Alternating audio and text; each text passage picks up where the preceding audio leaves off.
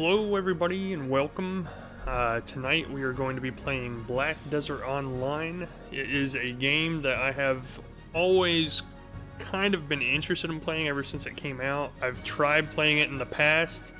Admittedly did not get very far. I think my character's like level 7 or level 8. Strangely and ironically, I ended up playing the mobile version when that came out and actually stuck with that a lot longer than I did with the full Black Desert Online game. There's certain reasons why I feel like I didn't really stick with Black Desert Online when I tried playing it originally when it came out, but we're coming back to it now because I've been really craving an MMO game to like play with a big group of people online together, because I've been enjoying the co-op experiences we've been doing on stream, but when we do that, it's only like 1 or 2 people at a time can play with me. I figured if I could find an MMO I really enjoy playing, I could play with massive groups of people at a time. And other people in chat have actually shown interest recently about trying out different MMOs, or at least taking a look at them. So I figured I would try Black Desert first. So there's a few reasons why I chose to try Black Desert Online first. And as we play, we'll get into what those reasons are. Because once the game starts, I think it becomes kind of apparent. So one of the big selling points of Black Desert Online is like it's one of the best looking MMO games out there by far. This is apparently the growth server for new and returning players, so we're going to try that server. Ignore my character that I have now. He is, I think he looks kind of cool, but in hindsight I could have made some better decisions. Like, he kind of looks like an elf. Snowball, thanks for joining, welcome. But this is the character I played before. He's actually a much higher level than I thought he was, so level 13, so I guess I played it for a while. You can do a trial account or your standard account. I actually have bought the game in the past when I tried it originally, so I have a standard account, but you can do a trial, like a 14-day trial maybe, I'm not sure how many days.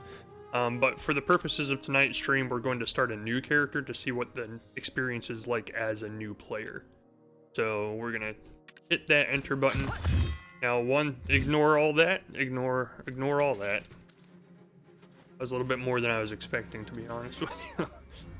So for the purposes of starting a new character, I believe the character classes in this game are gender locked, and what that means is depending on what character you play as, you don't have the option of choosing male or female. It's gender locked to the specific gender that it automatically starts with. I could be wrong, but I think that's how I remember it being, because a lot of MMOs you can choose the class, and then on top of that you can choose the gender. But I think in this game it's just you choose whatever class you want, and then it just, whatever gender is already defaulted to it is what you have to play as. I'm usually the type to do a ranged character, so my original character I made when I started playing this game was an archer.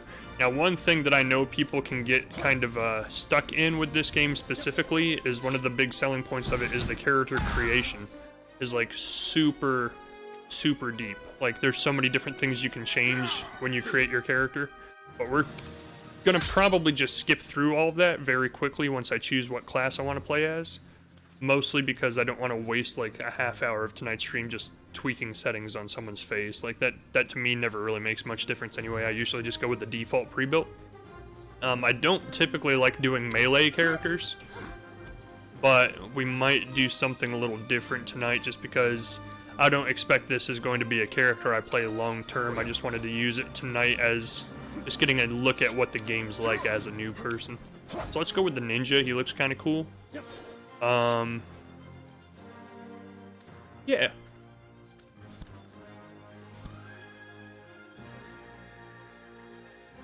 Okay. We're gonna go with the ninja. We'll go create. So yeah, there's like so much customization you can do, but we're literally just gonna do this like super quick. Boat, hammer, key, goblin, ceiling stone, wagon, elephant. What sounds coolest? Owl. Black dragon sounds kind of cool. Black dragon. Easier to become friends with an NPC who shares the same horoscope as you. They do not significantly affect other. You know what? Just do goblin. I think it looks funnier. Take as much or as little time as you need. I mean, I think he looks pretty cool as it is, to be honest. Maybe change his hair a little bit, but other than that, I think he's looking all right.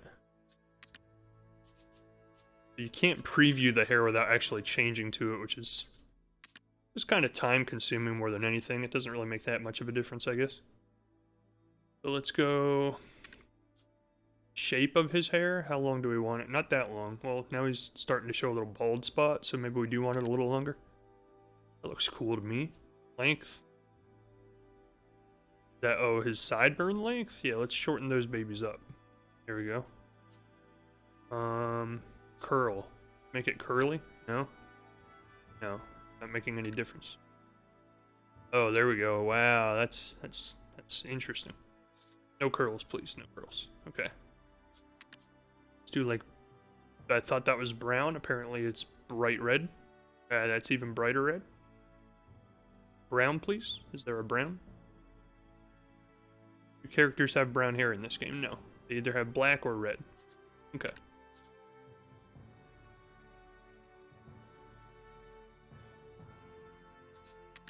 Get some cool little tweaks going here.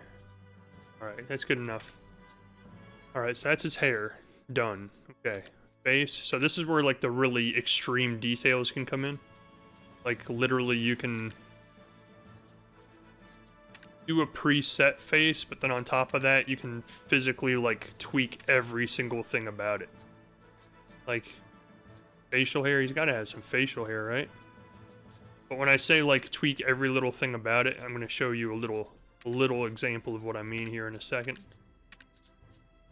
Not that worried about my sideburns. Beard. Give him a little bit of a beard. Go with reality mimics, you know. Video game form here. Get the sideburns to go all the way down. There we go. Yeah, it's kind of looking like the real deal here. Good, that's good. Again, that looks better. Very fair skin, very bright skinned. Eyes, couldn't care less, honestly. But just to give you an idea, like this is all the stuff that you can like fool around with. You can add tattoos, you can add scars, you can add eyeliner, makeup, and stuff like that. And change his standby expression. I want him to be super happy. Not that happy. You're a little too eager there, my friend. You're a ninja. You kill people for a living. Now you're a little too angry. Now he just hates his life. He regrets all the decisions that have led him here. I think we're just gonna go with the default. So, body. Oh yeah, see, so like, this is what I was kind of hinting at originally. You can get to a point where you can just like finely tune every aspect of the character. Like, click that part, and you can like extend it, shrink it, widen it, make them have a really weird midsection going on here, make them have a really thin midsection. Like, these are the kind of, hey Voss, you haven't really literally missed anything. We just started. I was diving into, welcome to the stream, by the way. I was just diving into the character creation, showing people how in-depth it can get, but we're really not going to do much as far as, like, fooling around with it. Like, you can literally just, you can change everything about this guy. You can make his stomach stick out and, like, distend. You can make him look like Maui from the Moana movie. Give him a cool little dragon tattoo. That looks good. He's a ninja. He needs to have some sort of dragon something on him. I see. Like, watch this. Like, you want to see detailed character creation. Okay. So let's say I want him to take his thumb, tweak it just ever so slightly, ever so slightly, ever so slightly. Here we go. Yep. Yep. Keep coming. Yep. That's it. That's it right there. That is it. That's exactly how I want them. See, this thumb comes straight out. This thumb has a little bit of a curvature. And there's a story behind that. See? He's a ninja, and he has always trained only on his right hand to throw throwing stars and to hold the hilt of his sword. So after years and years of training, this right thumb here has actually had a permanent defect where it doesn't straighten up anymore. It always has to be in a curvature. to get the right grip on the hilt of the sword and to throw the throwing star just right. It's key. It's key. And save that. Save that pose. That is my character's pose. Okay. Hi, Yeet. Welcome, welcome. Don't touch me there. This is my no-no square. Oh, it's so bright. So bright. Blue. Blue is a weather, apparently. Blue is a weather. I like that. That's cool. Laugh. He loves it. He loves all the jokes. I like that one. We're sticking with that one. Alright, enough of all this. Enough. Okay, I think we got everything we need. So if you really, really, really want to be like that dedicated to making your character look a certain way, there's even this button down here on the bottom called Beauty Album. And you can actually like make different poses for your character and like take screenshots of it, and it saves it in an album that other players can look at for your character. Me, see, like right up here it says take screenshot. Look at that sexy man right there. I personally, when it comes to character creation, couldn't care less. Like, I don't ever spend any time on character creation in any game. I might tweak, like, the facial hair and, like, some other small things, but I don't ever go into the fine details of, like, oh, his biceps a 1/4 inch too wide for my liking.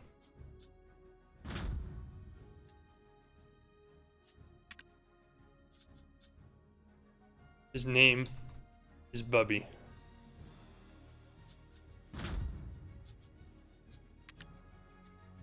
Name is already in use. What? Who would have done such a thing?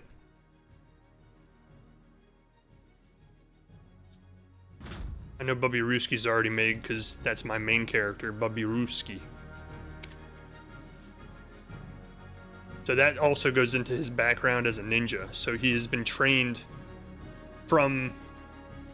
Hello, Yeetwaffle, hello. I think I've made only spellcasters in this. Have you played this before, Foss?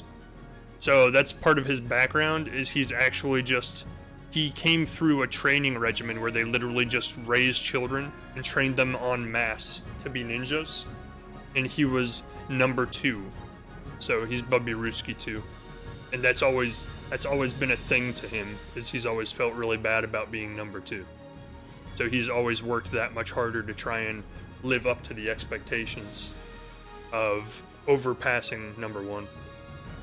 So let's get into this. So one of the things I was mentioning earlier is that, like, I started playing this game when it came out, and yeah, Ninja was something to prove. Exactly. Like, he just can't kill enough, in his opinion. It's never enough. When I first started playing this game, like, when this game came out to... I'll stop talking for the cutscene. These are the memories of the forgotten world.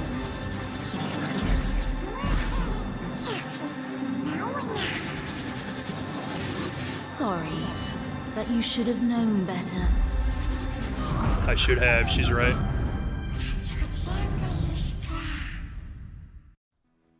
So my understanding is, and things are going to kick off real quick here, and things are going to be popping up all over my screen, just a fair warning to you, for anybody who's never played it before. And that's what I was starting to touch on, is one of the reasons I kind of lost interest in this game, because I was keeping track of it and really hyped for it before it came out to the US. And I wanted to play it really bad just because I'm a huge graphic person. Like, graphic quality in games, and by far this is the MMO that has the best graphics out there. But one of the things that kind of lost my interest when I first started playing it is there is just so much going on at once on the screen when you're first starting out that it's a little overwhelming. And I got to a point where I was like, I don't even know what's going on. There's like boxes that will pop up left and right and center, and you'll see as we play here. That's like how it works as a new character in this game. They just throw stuff at you at lightning speed and expect you to be able to keep up with it. And it's a Korean game, so Korean games are known for being really in-depth and really grindy and deep with menu interfaces and everything. It's not something that people are really used to on the West. I've sadly only played it on Xbox. I couldn't play it due to controller. Yeah, I actually meant to see if you could play with the Xbox controller on the PC version, but I don't think you can. So there is a story in this game, but it is not story-based, or story-focused, I should say. And the story, from my understanding, is very convoluted and really hard to understand from my experience the last time I tried to play it. The spirit, it really never gives you any... I mean, later on in the game it might, but at the beginning it never really gives you an explanation of what the spirit is or why he's following you around or what's going on. Have you tried Warzone? You eat waffle. Well, I did try Warzone on stream back when it first came out, and it took me forever to even get the game working, and I was horrible at it. I don't think I got maybe 1 kill out of like 10 matches. It's fun, but I'm bad at it. So the spirit says, where were you? I was looking for you this whole time. I need you. We must be together at all times. The start of an adventure. You seem better. Are you okay? I was starting to wonder whether I had chosen the right host. So he's chosen me as his host. What's with that look? Don't tell me you don't remember me. You promised you would. Well, that won't be that much of a problem anyways. Your memories will return soon enough. There's someone waiting for you over there. I'm going to hide now. Go and talk to that person. Don't worry, you're the only one who can see me. New quest, the start of an adventure. So now you literally like hit escape to get out of that menu. Like the interface is not very friendly in this game in my opinion. So follow the navigation by pressing W to move forward. This is like obviously the tutorial section. Press T to auto run. So this is one of the other things I didn't like about this game, is this game is literally made to practically play itself. Like once you get a quest in an MMO, usually like you have a vague idea of where you're supposed to go, and part of the excitement of getting the quest is like exploring the world and finding your way from point A to point B to get there. In this game you literally just hit T and your character just moves himself. I mean, yeah, guess it's for some people. But then Explorer Eden. I wonder what exciting discoveries we'll find inside the ancient stone chamber today. I can barely contain my excitement. So another thing that I find really interesting about this game is this game as the full version game, and this is the remastered version, so they've actually edited it and like improved it since it came out, but this is the full game. And on the mobile version of the game, all of the lines that you see on the screen are actually they actually have voiceover dialogue. So I'm not sure how they had voiceovers done for the mobile version of the game, but then on the full desktop version of the game, you have to read everything. Honestly, I know Outward is an RPG survival-based game, but I think I prefer it. Or was it Onward? I don't remember which name the game goes by. I think it is Outward, and I've actually been looking at that a lot lately because I'm kind of interested in checking it out myself. I see that you're finally awake. I am Eden the Explorer. I discovered you knocked out cold over there and brought you here. What's that? You're asking me who you are? Well, this is awkward. A traveler who does not remember anything. You look lost and confused. You're in Balanos, near the ancient stone chamber, to be precise. So, like, look. Like, this stuff flashes on your screen constantly. It's just telling you what other people inside the same server you're playing on are accomplishing in real time. I don't know what happened, but you're safe here. I am a ruins explorer. You can call me Aiden. I wonder what we will discover about the past at the ancient stone chamber. I'm so excited, my heart is pounding. Excavation site. I thought you were an adventurer or a mercenary. I knew you weren't a farmer because you weren't dressed like one. I would like to help you recover your memories, but I'm swamped with work at the excavation site. I'll be on my way. Stone chamber? You seem quite interested in it. Why don't you examine the ancient artifacts that were discovered there? Okay. A traveler who does not remember anything. Well, this is awkward. Then you hit exit to get out of the menu. And now we have a new quest. So what are we going to do? We're going to hit T and let the game play itself. Oh, okay, I'm here. This is supposed to be a heart. The heart of an ancient giant that's supposed to beat forever. Ask about the ancient artifact. You want to know about this heart of an ancient giant? I don't know, since when it started acting like this. The only thing I know for certain is that the heart is emitting great power. I'm scared. Why is the heart doing this? Isn't the Outward game a single-player game?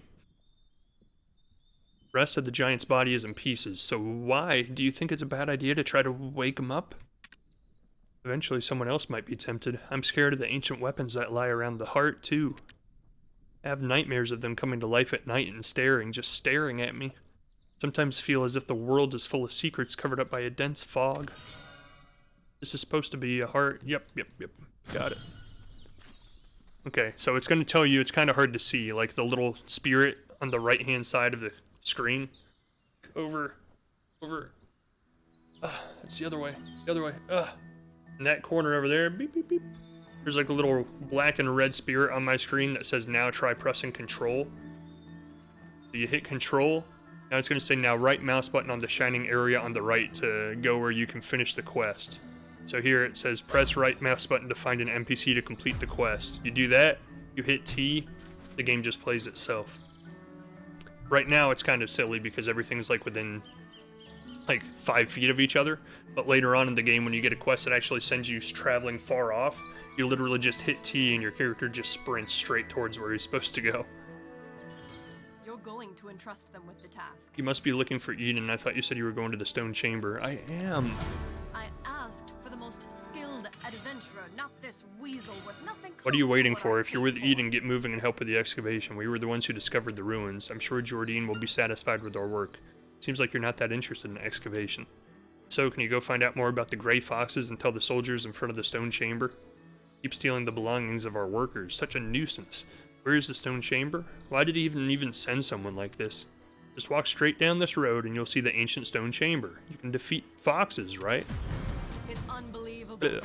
So this is one of the things I do like about this game is the combat. So usually in an MMO, it has enemies on the screen and you literally just, it's called tab targeting because that's literally what you do in most of them is you hit tab, and every time you hit tab it will select a different enemy on the screen, and you just hit a combination of 1, 2, 3, 4 for your skills there on the bottom of the screen, and the game, I don't want to say plays itself because you do have to have strategy in the order of the buttons that you press. But in this game, it's actually called action combat, where instead of just hitting buttons and watching the combat play out on screen, in this game, you actually have to watch the enemy's movements, dodge their attacks, make sure you have your attack aimed correctly because you can actually miss. Now we know about the gray foxes, we can see how much HP they have left.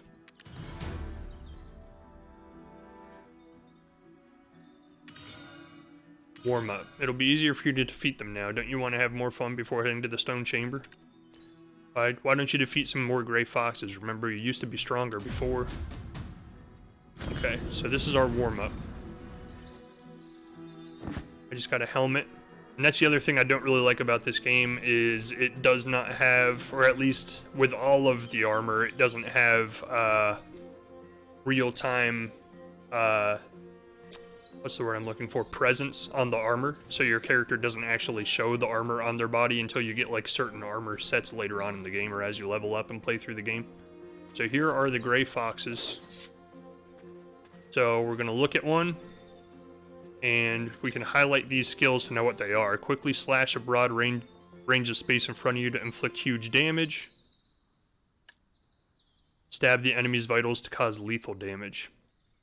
So you'll see that they are on numbers, number 3 and number 4. So that's the hotkey to make the move or do the move. But you'll also see that in the description for the move, there's also action hotkeys. So shift and right mouse button, or left mouse button and right mouse button when mounted. This can be done with left mouse button and right mouse button. So you can play it like an old-fashioned... Oh, that wasn't even close enough. You can play it like an old-fashioned MMO and just use the mouse keys, or you can actually do a combination of, number keys, or you can do a combination of mouse buttons. You're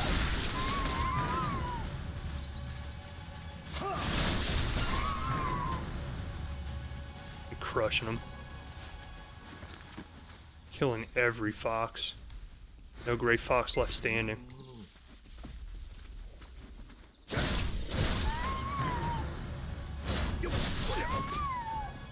Now the bad thing is, well, I guess it's a bad thing depending on who you ask her, what your personal preference is on these kinds of games.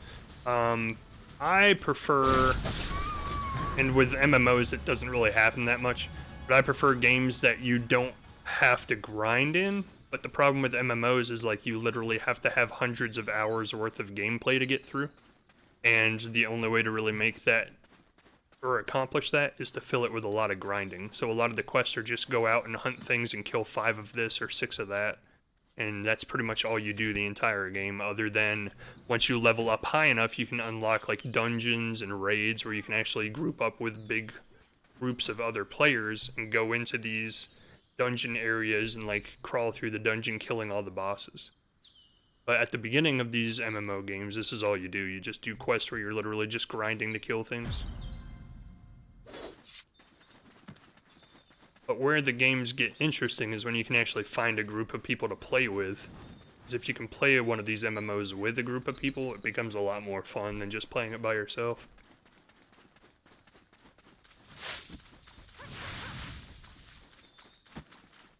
Have you heard about the statue at the end of the chamber?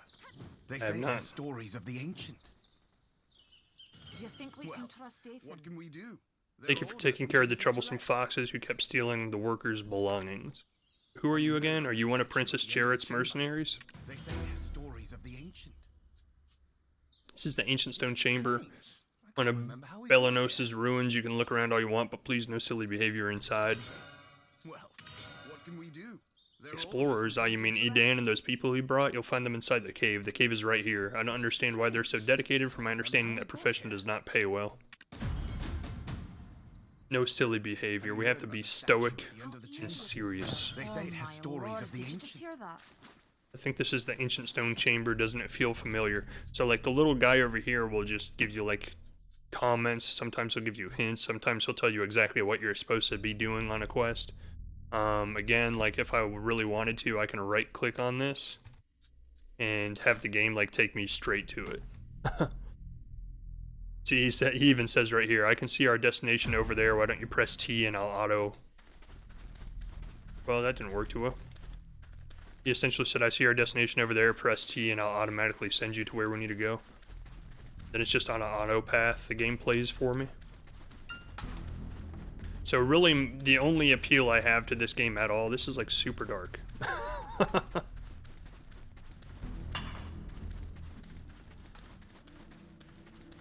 Only appeal I have to this game much at all, after having tried to play it once myself, is the combat. Outside of the combat, I didn't really see a whole lot worth sticking around for. This game is actually more focused on economics or economy in the game, where like the main end game of the game, once you level up all the way and get through all the story quests and everything, is what they call node wars. And on the world map there's all these different nodes that produce different resources, and what you have to do is you have to fight for whatever faction you join in the game to take over the nodes. And then if you control a node, your faction gets extra abilities like being able to make resources, build houses, build NPC shops and marketplaces and stuff like that. The other characters playing in the game can come out and actually buy stuff from your faction's marketplaces and stuff. But beyond that, it also is kind of focused on PvP, which is like player versus player, where other players fight against each other in massive wars, hence the node wars. Must be destiny. Why is it so brings you dark? here. What brings you here? It seems like you're fully recovered now. Did Princess Doretta send you here? Well, I had no idea it was this urgent. I wonder if Chamberlain Jordine... Never mind. I understand. We'll do our best to pick things up. I think you should leave now. Excavations are always dangerous. Move towards And the extremely light, dark. Even in the darkness.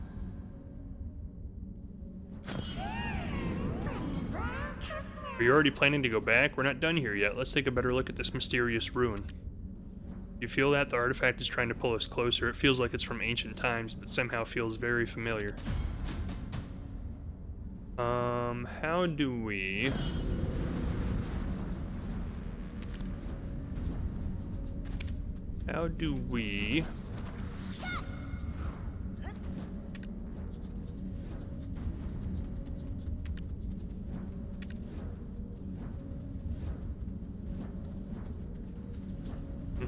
I'm looking for like a gamma.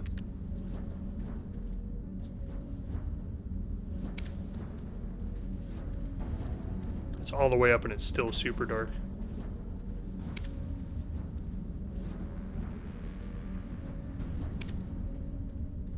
It's just supposed to be super dark? I don't know. Seems a little ridiculous.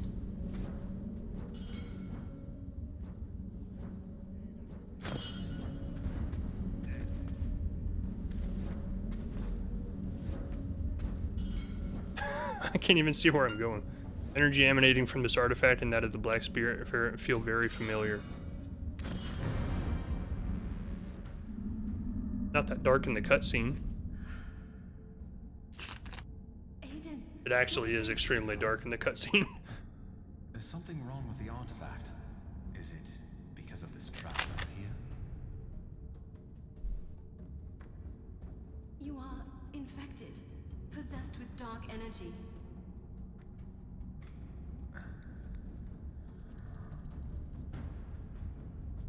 But it's not awakened yet. So, tell us anything you might know about the black energy. You must rid yourself of all those visions. Aiden, stop. Like to have any visions at this point. I can't see anything.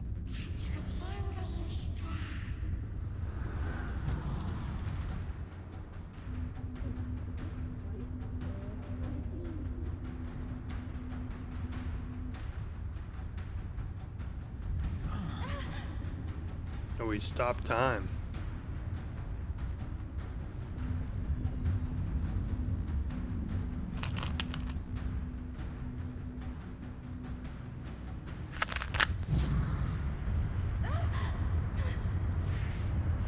One step too late.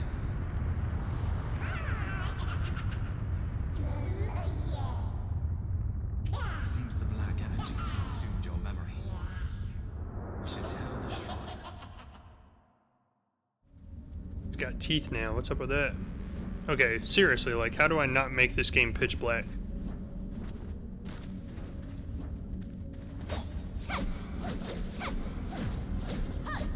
Maybe we just keep going until the game, like, gets us out of here? Gradually, experience. You feeling better now? Thank goodness. I was worried that I might have been too late. Looks like the Black Spirit has found a new companion. Have you experienced any hallucinations lately? According to the excavation team, there's a high possibility that these artifacts contain black energy. I heard that even the chief of the Imps, Red Nose, stole one of the artifacts from this place before. It's true that those with the Black Spirit gain immense strength and an extraordinary sense of awareness. Unfortunately, hope I have an extraordinary sense of awareness because I can't see a damn thing. But unfortunately, most of them succumb to the darkness and lose their sanity. I feel like I've succumbed to the Remember, darkness. my friend, I'm Aiden. I am certain that Red Nose has changed both physically and mentally. This will also be your fate if you choose to continue your journey with the Black Spirit. That is why you must train yourself not to be completely consumed by it. If you head north from the Stone Chamber, you'll come across the Western Guard camp. You can find Captain Cliff there. Oh, and on your way, why don't you try defeating the Grey Wolves? They are one of the Western Guard camp's many problems. If you do, you might be able to accompany the captain to see Red Nose. Red Nose, I'd like to see anything. That brings you here. Okay. Just please auto... Nope. I was gonna say, just please auto, travel out of this place, but it's not working. I don't think we are moving. We are not making any progress. Why is this so dark? What happened? What happened to my game?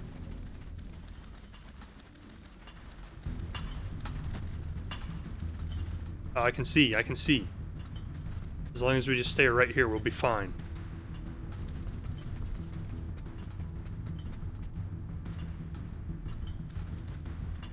I feel like half the game just isn't spawning. I don't know what's happening.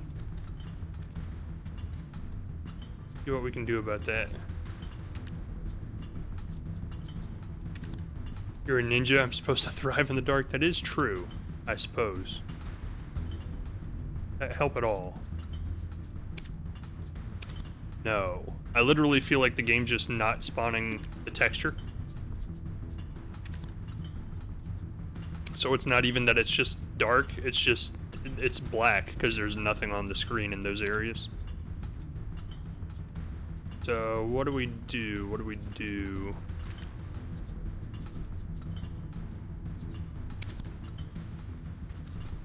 Just walk. Just walk. Just try to auto path out of here.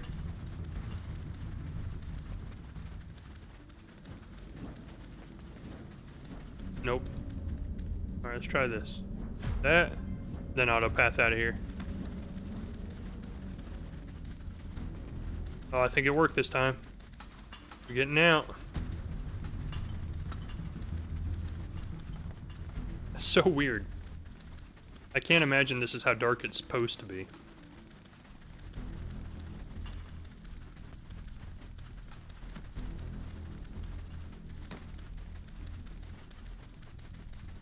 End of the chamber. They say it has.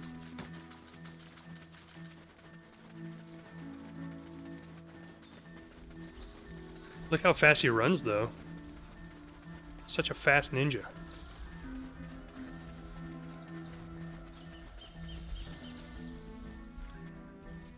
Is there like a brightness setting I'm missing or something?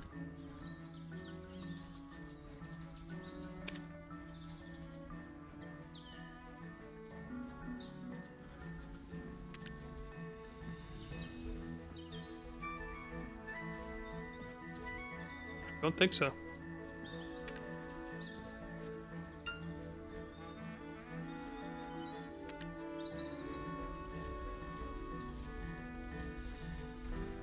Nope.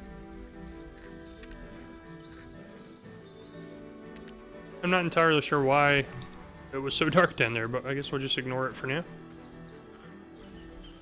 Kill more wolves. Hiya. Oh, wrong button. Hiya.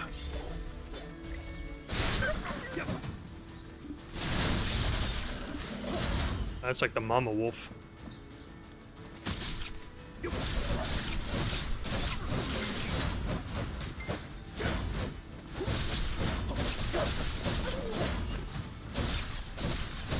Definitely has very quick attacks. He's definitely very, very quick on his feet.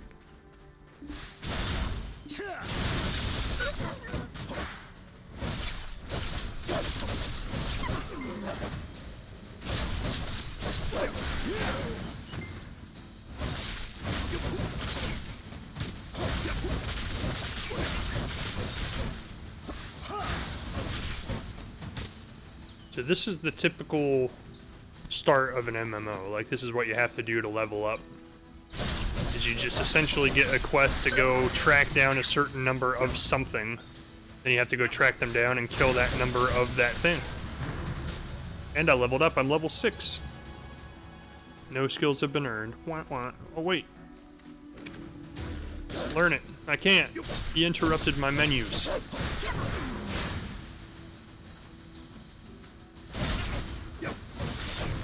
Now we've defeated the quest, or we've finished the quest. I wonder why they had such a hard time dealing with them. They're so easy to defeat. Who does Edan think we are? Anyways, don't mind what he said. You just need to continue following me as usual, okay? By the way, don't you think Red Nose is a cute name? I want to meet him.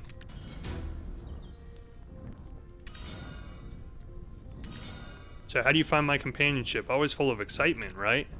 This is just the beginning. You can't even imagine what's ahead of you. So then I've got your back, and you've got mine. So here, I prepared a little something for you. So he gave me more inventory slots.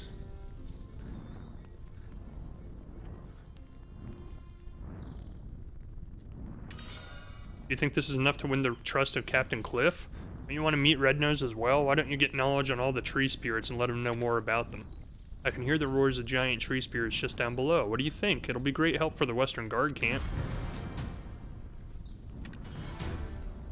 So essentially the way the game works with learning enemies is the more you fight a certain type of enemy, the more information you gather about that enemy. You start learning their weaknesses, their stats, their health, stuff like that. So the more you fight them, generally speaking, the easier they are to defeat. So he's saying that we need to get more information about the enemies that these guys are facing, so that way we can go give them the information and they'll like us, essentially. So in order to get that information, we have to kill. Kill.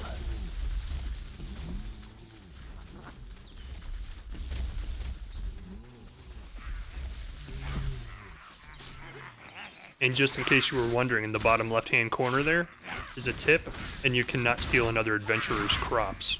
So don't do it.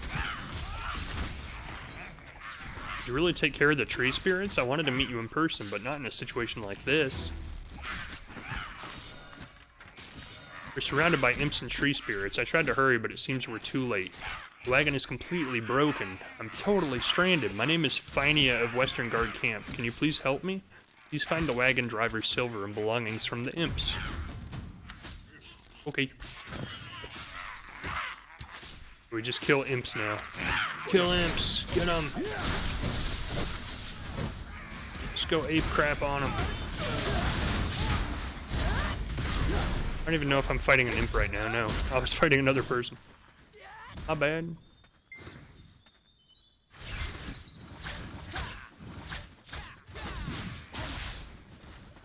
So apparently there are a lot of new players, because this is a new player area and it's filled with people.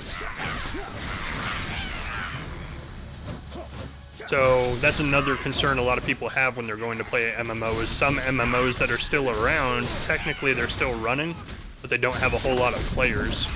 So sometimes you'll go to try and play a MMO because it seems interesting, or maybe it's something that you've had in the back of your mind for years and you finally get around to trying it, and there will be nobody in the beginning areas at all because everybody's high level that still plays the game. And that's what it was like. I tried to play Guild Wars 2 again recently, and when I went back to go play Guild Wars 2, there was nobody in the starting areas. Like, it was completely void of other players. So in the right corner of the screen there, you can see it's trying to tell me that you can do combos. So if I do left, F, shift left.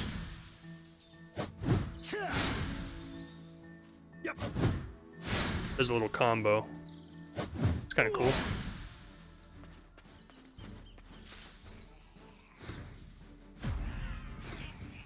And from my understanding from people I've talked to that have gotten high up in this game or really far in the game, you get to a point where you have so many different combos, you literally have like a manual of like different combo button combinations, kind of like Mortal Kombat almost.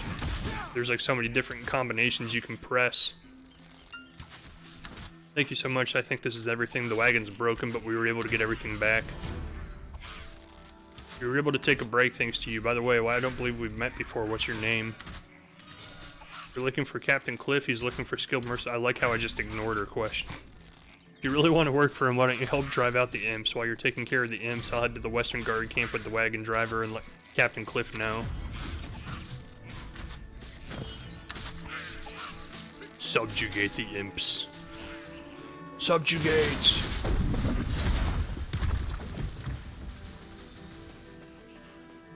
Good, let's try this combo. Oh yeah, so good.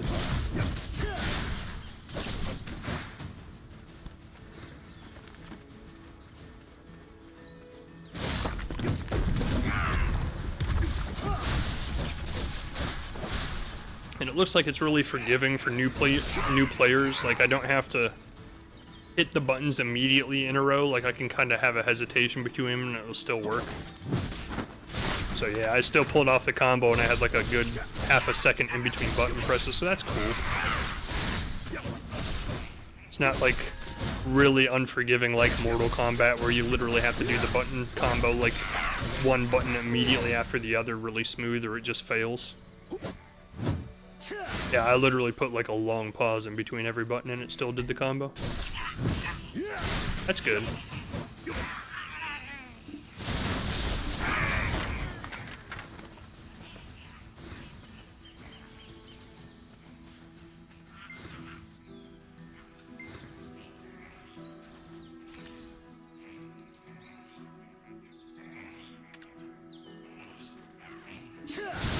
And then you just go about your day killing everything in sight until you have enough people dead that you can continue the quests.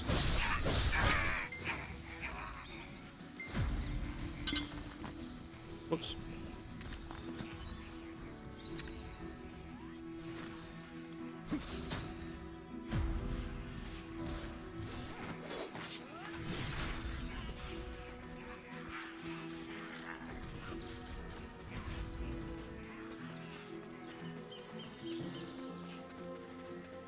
Oh, he's going to the path.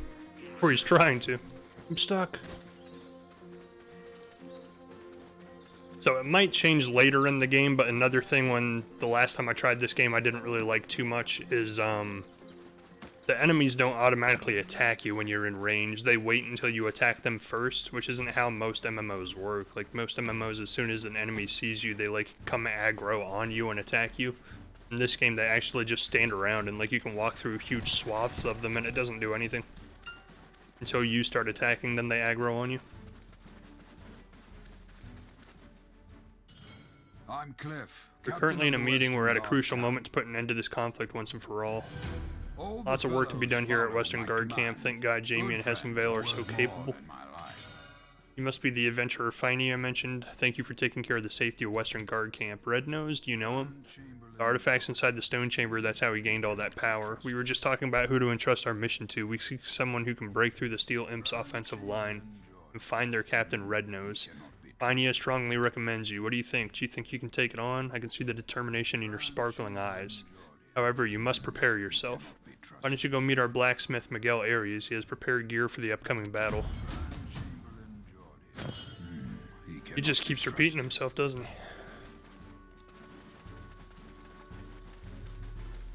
So something about this game just overall, when I tried playing it last time, it's just, it doesn't rub me the right way. I'm not a huge fan of it. A mercenary who has the trust of Captain Cliff, I'd like to challenge you to a duel sometime, but for now, here's the Briar armor. It's like, it's fast-paced, which is good for an MMO, because that's different. Usually MMOs are like really slow, but this one's almost too fast-paced. Like, it's constantly throwing new stuff at you, not really explaining any of it. Just keeping you moving constantly. Shop is always open for adventurers. You have to pay the price for it. Finey is waiting for you over there. Did you forget already? She's our captain you saved. My muscles follow only the commands of Captain Cliff. His muscles. Okay, so. How come the person who gave you armor isn't wearing one himself? Look over there. That officer you helped out is waiting. We'll equip the armor. We'll go talk to her. Are you here to meet with Captain I'd like to thank you again. The wagon is broken, but everyone was able to return safely. So like I said, the graphics are really good. Like you can see the reflections on the armor in real time and everything. But the gameplay itself, in my opinion, is just not very deep. It's like really just, it's deep in the context of how much there is happening all at one time. But as far as like story and stuff like that, no, there's not much to it. Yeah, not much energy required to play. Yeah, mental energy, exactly. It's pretty mindless, yeah. And like I said, it's almost made to the point where you can literally let the game play itself.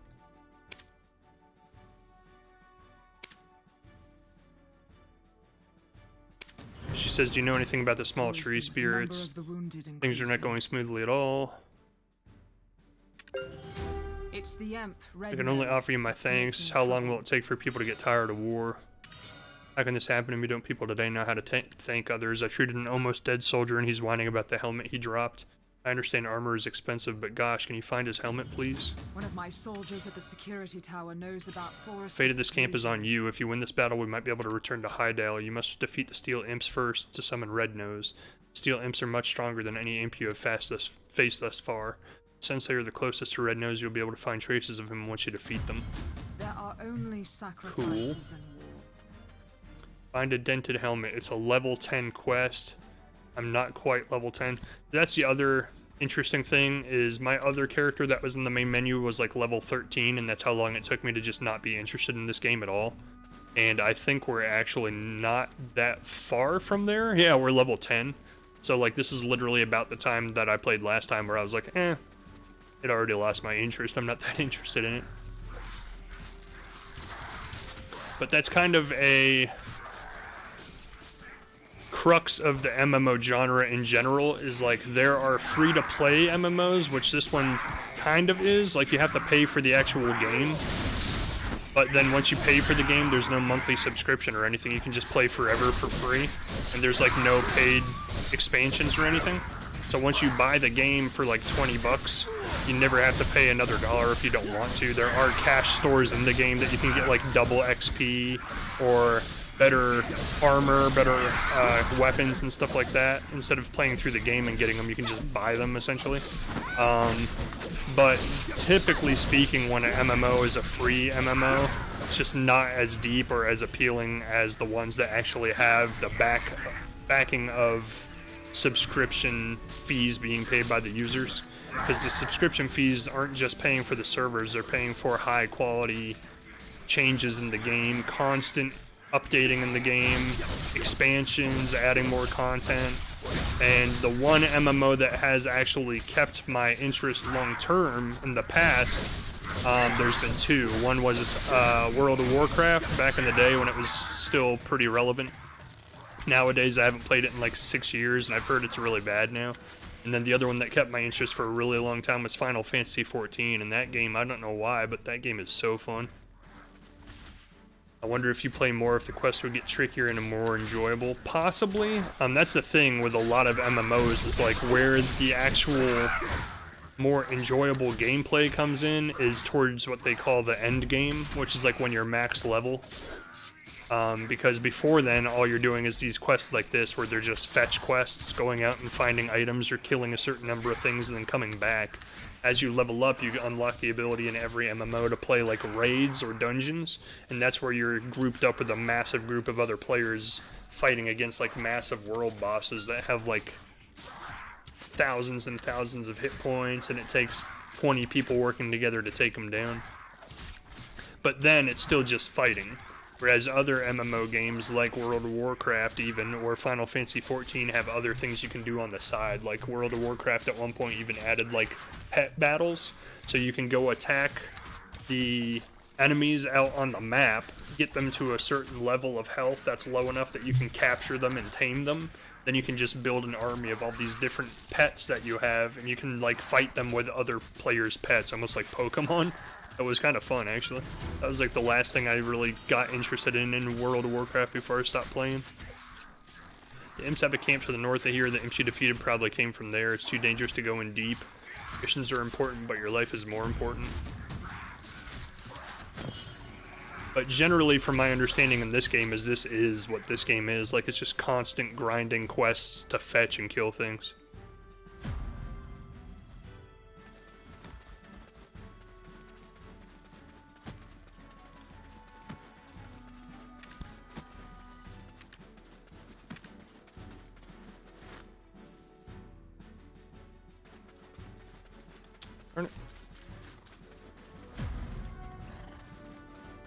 Let's go find this guy's lost helmet.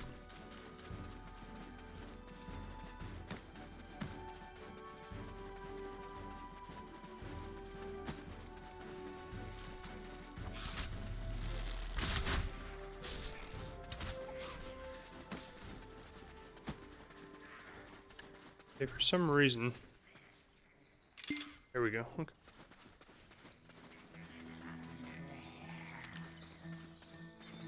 This is where the guy's lost helmet is, so we're just gonna kill a bunch of imps until we find it.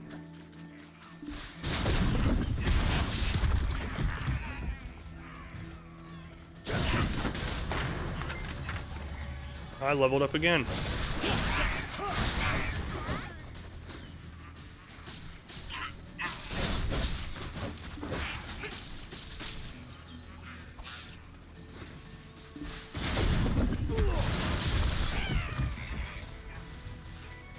So again, the biggest appeal of a lot of the Korean MMOs is just the graphic. Like, the graphic quality in this game is one of the best, if not the best, in an MMO in existence right now.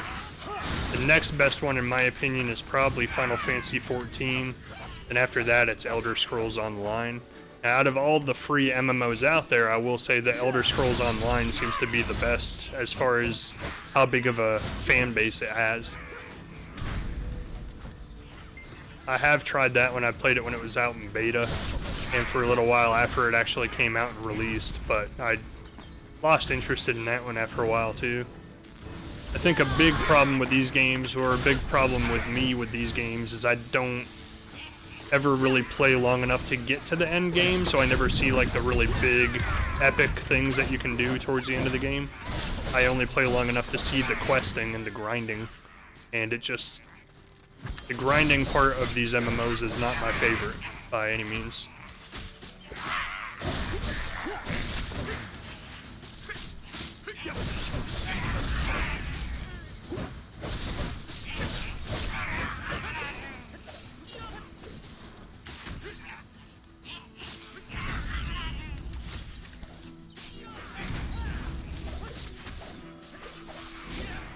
Small tree spirits have the helmet, not these guys. What am I doing fighting these guys?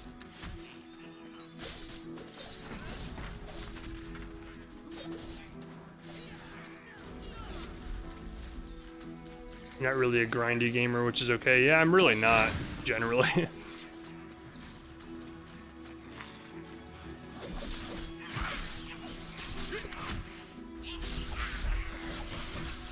Tree spirit. He did not have it. I think these other players that are in this area are killing all the tree spirits, doing the same quest I'm working on. That's why we're not seeing any.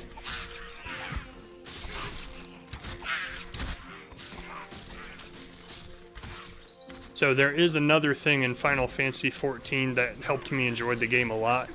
Is this game and a lot of MMOs, even if you're on the same quest as other players around you, the only way you can help each other on the quest is by actually engaging a conversation with the other player, asking for a friend request, having them accept the friend request, and then joining each other's group. And then you can join each other's quests and help each other.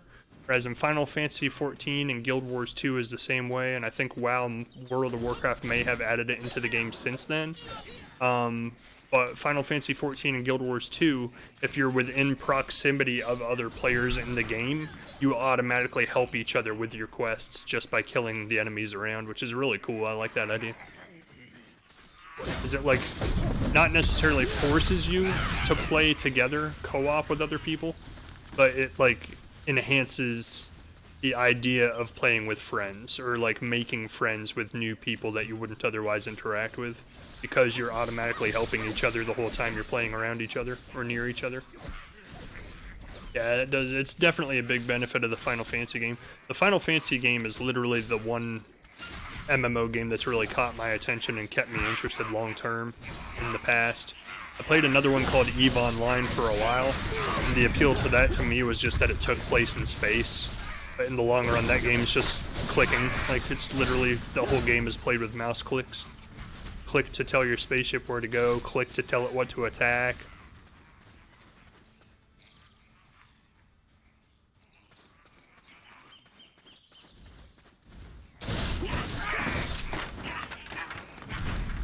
Oh, he's setting me on fire. Ah, you set me on fire still.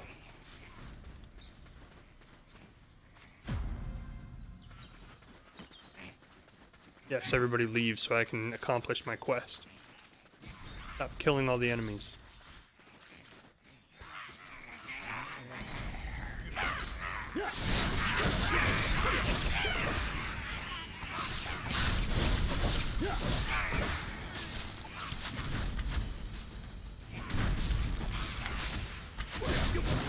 And one of the other things that makes me, that Final Fantasy really appeals to me for, and Guild Wars 2 as a matter of fact, is they're a lot more story focused, like, which sounds weird for an MMO, because usually MMOs don't have much story beyond just reading the dialogue and the text in a quest. But Final Fantasy XIV actually has a massive story line that continues throughout the main game and all of the expansions that come out for the game. So it's really cool. The downside to Final Fantasy that a lot of people don't like is it does have a subscription fee, so in order to play it, you have to pay a $15 a month subscription. I don't even know where any of these tree people are that I'm supposed to be killing. I haven't really seen many. Oh, there's still people here wiping them out, that's why.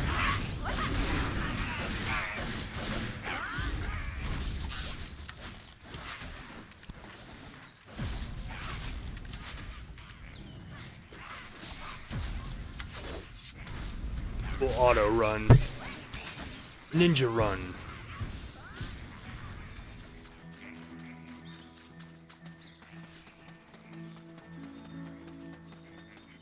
I was just going to ask why you picked BDO first. I'm guessing it was a subscription. No, actually the reason I picked BDO first is because if I'm going to do a series of these and like play different ones, this was the first one I wanted to choose because it has an appeal, a certain appeal to certain people, like the graphics and the gameplay, but in my opinion, like, this is the one that lost my interest the quickest out of all of them. So I thought I had a decent point of view of having tried it and found out what things I didn't like about it, and then just be like, yeah, that's why I decided to stop playing. But yeah, the graphics are really like the big selling point of it, and the action combat, like the fluidity of the combat, actually having to dodge people's attacks when you're playing, stuff like that, that a lot of the MMOs don't have, other MMOs don't have.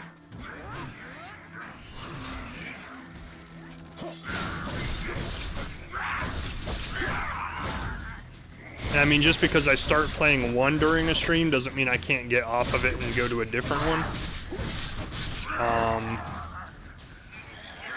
Because typically speaking, like level 10 is not necessarily a high level in an MMO, but it's usually like where you see what the game's going to be like. Like by the time you've leveled to level 10, you pretty much get a feel for what you're going to be doing for the rest of the game. And that's about, like, from my understanding from other people who have gotten a lot further than I have in this game, this is essentially what this game is. You just do more and more of this over and over again with different enemies.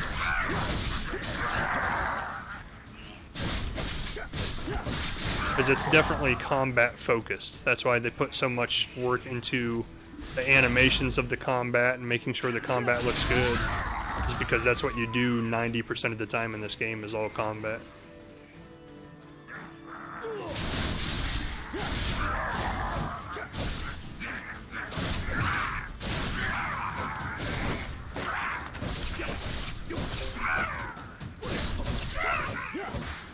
And it is cool. I mean, it has its pros and cons. Like, one of the things that is cool about it is you're not just locking onto a singular target and just spamming attacks on them.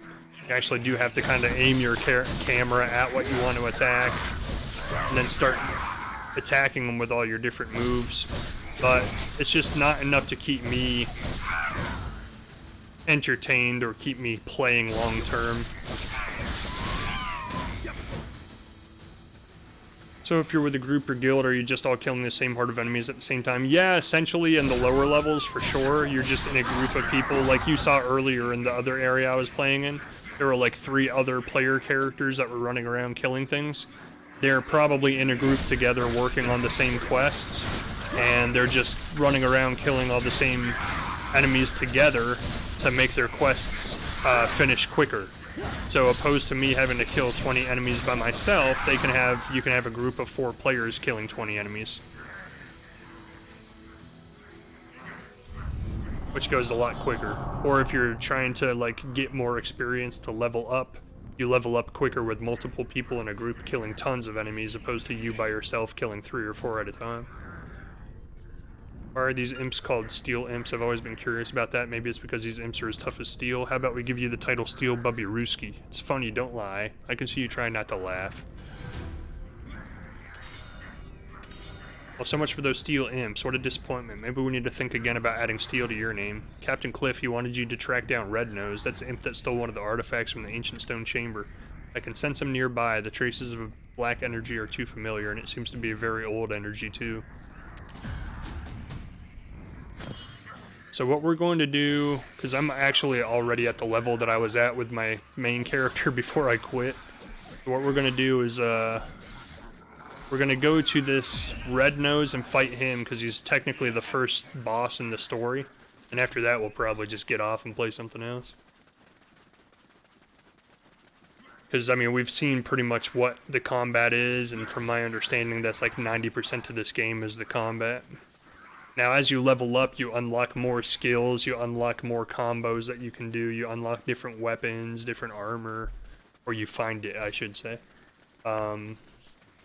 There is a crafting system like every MMO. I've heard it's very, very based on RNG, as they call it, random number generations, because when you go to upgrade your items in this game, it literally tells you when you go to upgrade them, you have to use a certain kind of material to do it. I don't know why all of the indoor areas are so dark. Like, I don't know if my game's glitching or what. But when you go to upgrade your weapons and armor in this game, it will literally tell you on the upgrade screen like what your percentage chance of success is. and it will be like 30%, then you have to add another element to it, and then it increases it to 60%, so on and so forth. And if you try to upgrade the weapon and it fails, you lose all of it. Like, it just, everything gets destroyed. Shush. Shush. You need to lower the voice. Humans, stay back. I don't want to get in trouble with the boss. I don't like our boss. If I talk to humans, he punishes me. Why are you asking me about the boss? I have no intention of telling you anything. Tiny Nose pointed toward a wall inside the cave as he trembled in fear. The Red Nose Club. I don't like our boss. If I talk to humans, he punishes me. I can also trade. I learned how from Luke at the Western Guard camp. If you want to trade between Velia and the camp, you need to secure the trade route. Velia, Logia Farm, and this Imp Cave need to be connected. You understand, right? Even I get it. Invest in the Logia Farm and Imp Cave nodes. So those are the nodes I was mentioning earlier, which is like the other part of the game. Is you connect all these nodes for trade routes, and then you can start trading resources and like selling resources from one shop to another. Red Nose, I don't like our boss, blah blah blah blah. Okay, so if we can find our way here, I'll try it.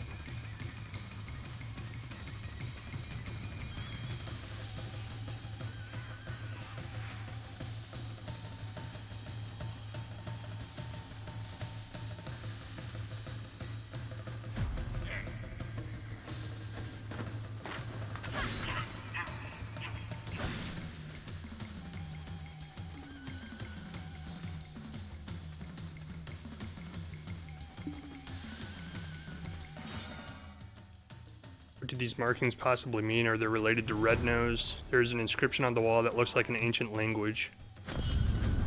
I don't think we'll be able to get any more clues from that little imp. At this rate, we won't be able to track down Red Nose. What should we do? Let's talk to that person over there, although I get the impression that he might in fact be after me. I don't know what's going on with the inside textures, but it's not working very well. The economic system, yeah, that's like the big overarching system of this game is the economic node structure on the map. You have to unlock the nodes to increase your economic standing and capability.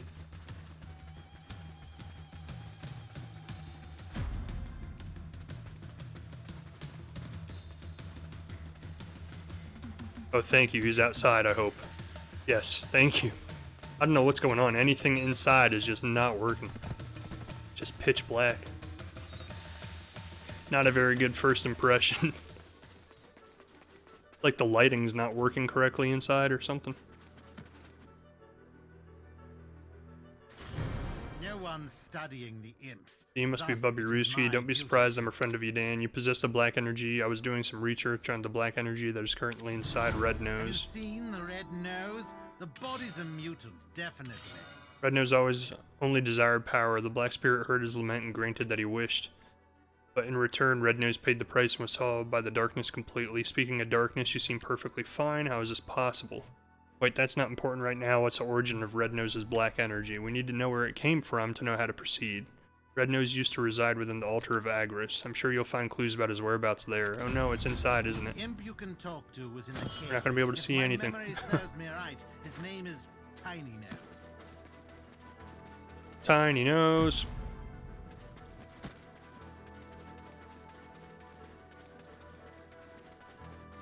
Fun, fun, fun. I'm actually going to be interested, even though I don't really plan on playing this much more, I'm going to be interested to look it up and see what's going on with these textures inside that don't work. Because everybody else doesn't seem to be having problems with it. There's other player characters walking all over the place in there. I'm already level 13. So this is literally how long the game kept my interest before I quit playing the first time, so like a little over an hour.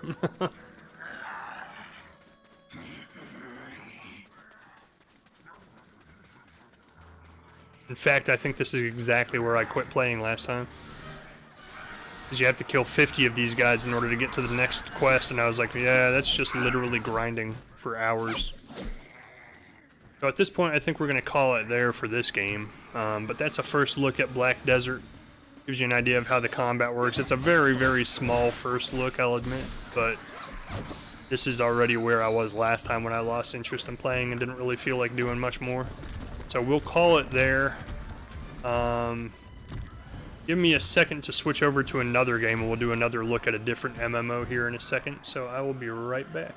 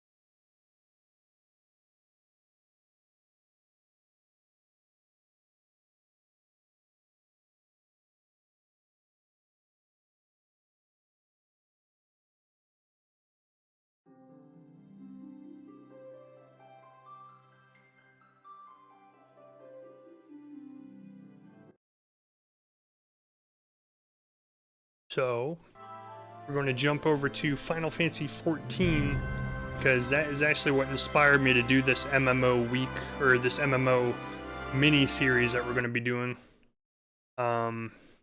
Jumping from MMO to look at what the experience is like as a new character, is that Final Fantasy XIV is the latest one I actually played pretty seriously for a while there, for about 6 months straight. And they actually have a free week going on right now for people who have previously subscribed. So we can actually get in here without having to pay the subscription fee and be able to start a new character and see what it's like. This is my main character that I was playing before. His name is Mateus Jagernaut, and he's a level 49 bard. And as you can see, he's also an archer. That's just the class I tend to play in most MMOs or RPGs for some reason. But we're not going to play him. What we're going to do is we're going to show you what the new character experience is like in Final Fantasy XIV. So, he is very impressive, yes. He worked very hard to get the fancy clothing he has. So, my other character that's on a different server is actually a Lalafell, and that's just because I think these guys are hilarious looking, and you can't really take them serious. Look at him. He's so interested. Just wants to know the world and what it's all about. Sorry, every time I click off of this, the music stops. Yeah, he is very cute, right? So... he's in his undies, don't look. Anyways. Let's put him in an environment. So when Final Fantasy XIV first came out, it flopped horribly. It was out for, I think, like 2 years, and then they actually closed the game and literally rebuilt it from scratch from the ground up. Look at his little dance. He's so cute. So they all have like little backgrounds and stuff like that. They have different attributes determined on which kind of starting character you use, and they'll also have a different starting area as well. Lenocia is their starting area, and Ul'dah is their starting area. Dunesfolk, obviously it's going to be like in the desert. Lenocia, I believe, is, yeah, the grassy area. In my opinion, the most interesting place to start is Lenocia. I don't really like the Ul'dah city. I think that was the last one I went to with my other main character, as a matter of fact. But eventually, through the storyline of this particular game, you see all of the major cities. So they are clever and opportunistic people, crafty with their words. Generally accepted view of plainsfolk is that they are a vibrant lot with a penchant for excessive conversation. Strength 19, dexterity, blah blah blah blah blah. So we'll go with the plainfolk. We want dexterity and vitality more than we want intelligence and mind, even though they're still pretty high. Again, they also have a very, very extremely deep character customization screen. We're gonna give him a cool little beard. Got a little soul patch going on. We're gonna give him tattoo. Kind of looks cool, I guess. We're gonna give him a little tattoo that you can't even see because his hair is so long. Give him a different hairstyle. So when Final Fantasy XIV first came out, it was also like the best looking massively multiplayer game on the market. It still looks pretty decent, but compared to like what we were just playing with Black Desert, it's nowhere near as good. But as you play the game, I think the style of this game is a lot better than the style of Black Desert, personally. And a lot of people actually are turned off by this game because of the style. They say it's too anime, and people would just refuse to even try to play it because at first glance they're just like, that game looks like a little kid's game. But I personally think it's much more fun than most of the other MMOs out on the market. Kind of like that hair, right? It's cool looking.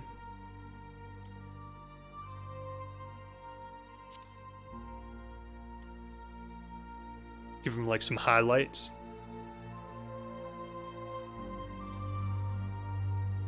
Yeah, he's going full on NSYNC. He's NSYNC mode right now.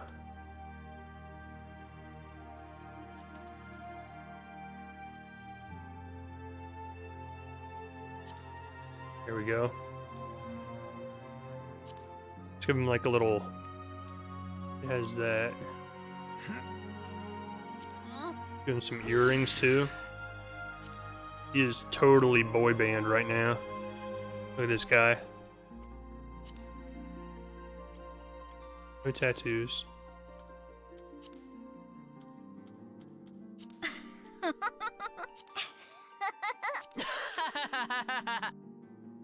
He's even doing boy band poses. Yeah, and he's dancing too. It's...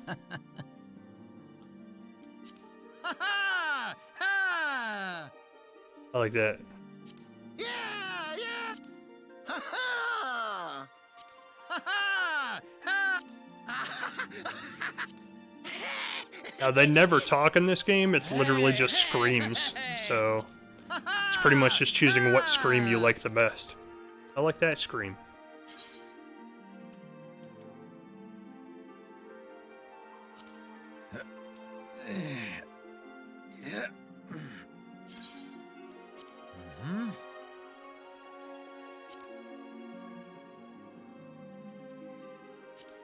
So we're just going to give him a random birthday. So this does actually affect certain things in the game. He commands the element of lightning and is associated with the seventh moon. Is the elder brother of Helon and pupil of Thaliak. He's the most often depicted as an ardent smith with a two-headed hammer. His symbol is the hand. I'm not going to worry too much about this. We're just going to do this guy. Breaker of the worlds and god of destruction. That looks like my guy. That looks like a really good depiction of him. So, Disciples of War, these are like the DPS is what they call it, damage per second. It's like all of the attackers. So you can be a gladiator, which is just plain melee, like tank, pugilist. Fighting close quarters makes negotiating distances an absolute necessity. Marauder, Lancer, Archer. I always like Archer. Like, I don't know why, I always go with Archer. But then here's your magic. Like Conjurer, you can actually get summons, like creatures that you can summon to fight alongside of you. Thaumaturge actually uses like elements and stuff, like earth, water, wind, stuff like that. Arcanist, again, he has a summon, it's the Carbuncle, but he just uses like fire, water, stuff like that. I don't really go too much into most of those things. We're going to try, because I've already played as Archer pretty far into the game. Now, he's clearly badass, exactly. So something interesting about Final Fantasy XIV's game, though, is if I actually wanted to change later on in the game, like from being an Archer to a Lancer with my main character, all I have to do is find a Lancer weapon from like a shop or something, and equip it to my character, and now I start over at level 1, leveling my Lancer character. So technically I didn't even need to start a new character to start over in a different class, but if I started a new class with my current character, I don't follow any of the story. I just go out and like start leveling up the Lancer again with different like side quests and stuff like that. To my understanding, I've never actually tried it, but I think that's how it works. So I wanted to start a new character so we could see the story as well.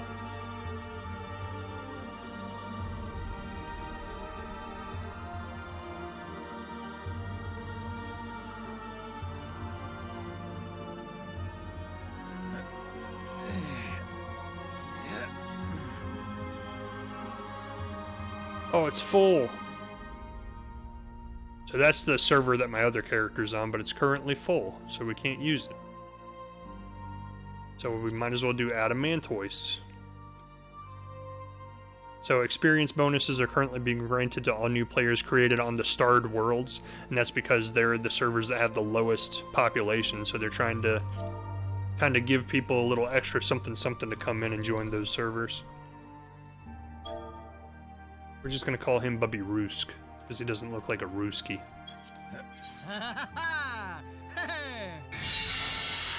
He's so happy to be alive. Just loves every minute of life. Oh, the world's currently full. So that's how popular this game is. Like, this is one of the more popular MMO games out on the market right now. And even with a subscription fee of $14 a month, it still has players like constantly filling the servers. And especially now because it's like a free week to come back if you're an old player who'd like dropped their subscription account. Right now there's a free week of gameplay going on right now where you can come back without having to pay subscription and play again with all of the content unlocked, not just the main game. So I never bought any of the expansions when I played, so all I have access to normally is just the main game. But right now during this free week, if I wanted to go back to my original character and just like really put in some hours during the next week, I could actually see the expansion content without actually having to pay for it, which is kind of cool.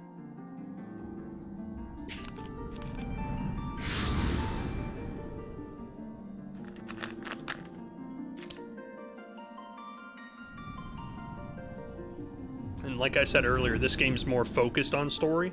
So this game has an actual like cutscene heavy storyline that you follow from beginning to end as you progress through the game, which was what appealed to me most because I'm really big on stories and story games. Here, feel.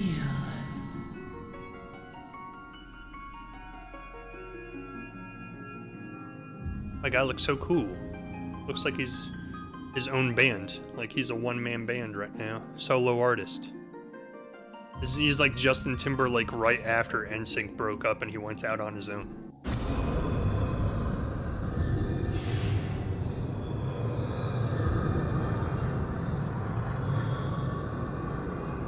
He has positive life energy. He does. Feel. Think.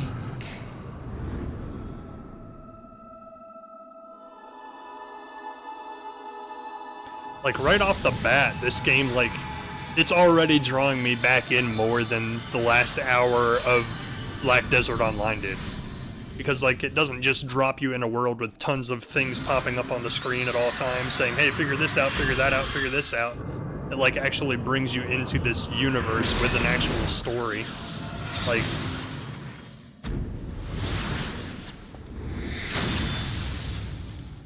Now, the story doesn't necessarily make sense yet, but it does have a story that your character is based in. Now, the one thing I don't like about that is because a lot of times MMOs make this mistake, in my opinion, where they make you like the god of the universe who's going to save everybody and you're the only hope that they have. But simultaneously, MMOs naturally want you to group up and play with other players. So the storyline doesn't really mesh with the gameplay later on, because you're like, oh, every individual player is the savior of the universe. Like, there is only one MMO I've ever played where the storyline was, like, based on you being one person helping save the universe. And that was, like, Guild Wars, I think it was. The story did not focus on you being, like, the all-powerful god who's gonna save everything. It was like, you have to help the other people around you work together to save the world, which I thought was really cool. Whereas in this game, the storyline literally is, like, focus on you. Like, as soon as the storyline happens, like, every other player around you disappears, and it's like, oh, you did it, and you need to do this next. That's the one thing that I feel like they really kind of dropped the ball on, but... because it's kind of antithetical to the whole point of an MMO being a group activity, like trying to get friends and play with big groups of people.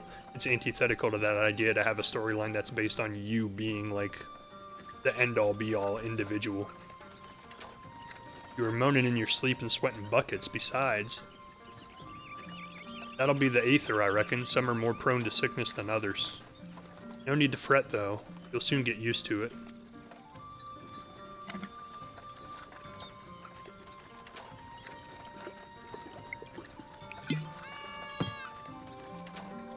Knocking that back a little heavy, huh? So here's that argument that people make that this game's a little too childish. Like, I think it's really... I like this aesthetic. Like, this is funny to me. Feeling better, Kupo? Ah, you can see us. I had a feeling you could, Kupo. We're Moogles, and we live in this wood.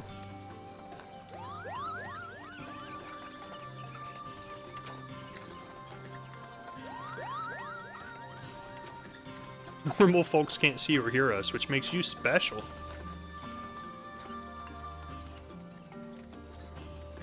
And seeing as how you're special, maybe you can tell us something. The wood's been restless of late, lots of strange things happening. Have you chanced to witness anything suspicious, Kupo?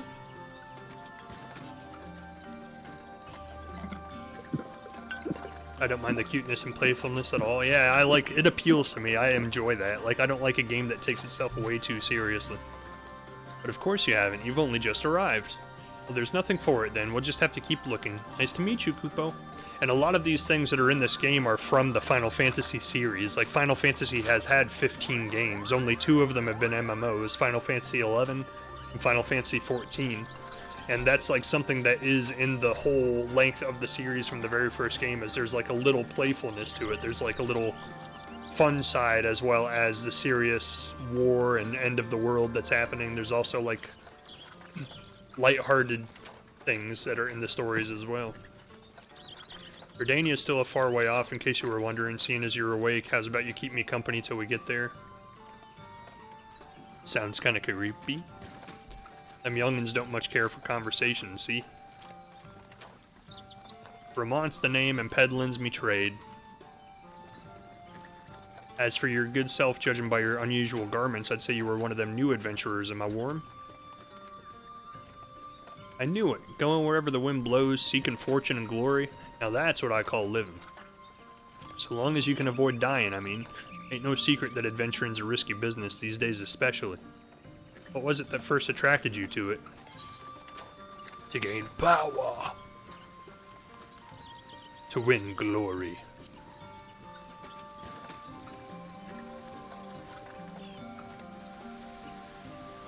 Those are chocobos.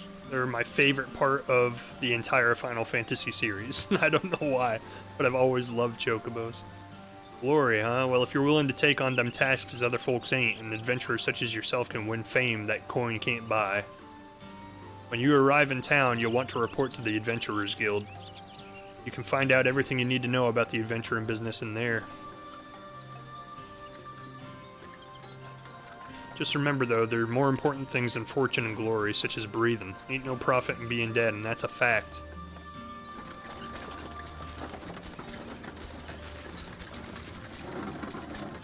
Oh, go no further.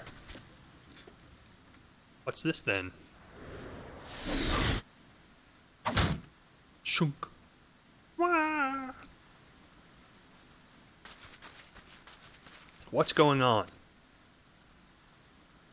skirmish is broken out up ahead with the XL. For your own safety, you must remain here until...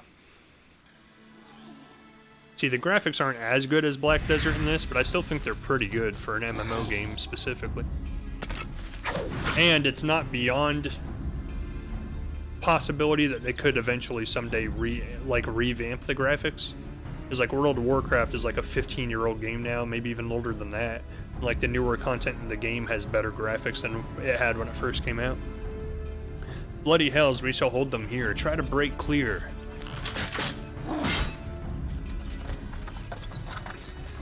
And like I said earlier, the design in this game, like the art design, is just, I like it a lot better than Black Desert and most of the other MMOs out there. Like, it is kind of cartoony, but it's still highly detailed. That was too bleeding close.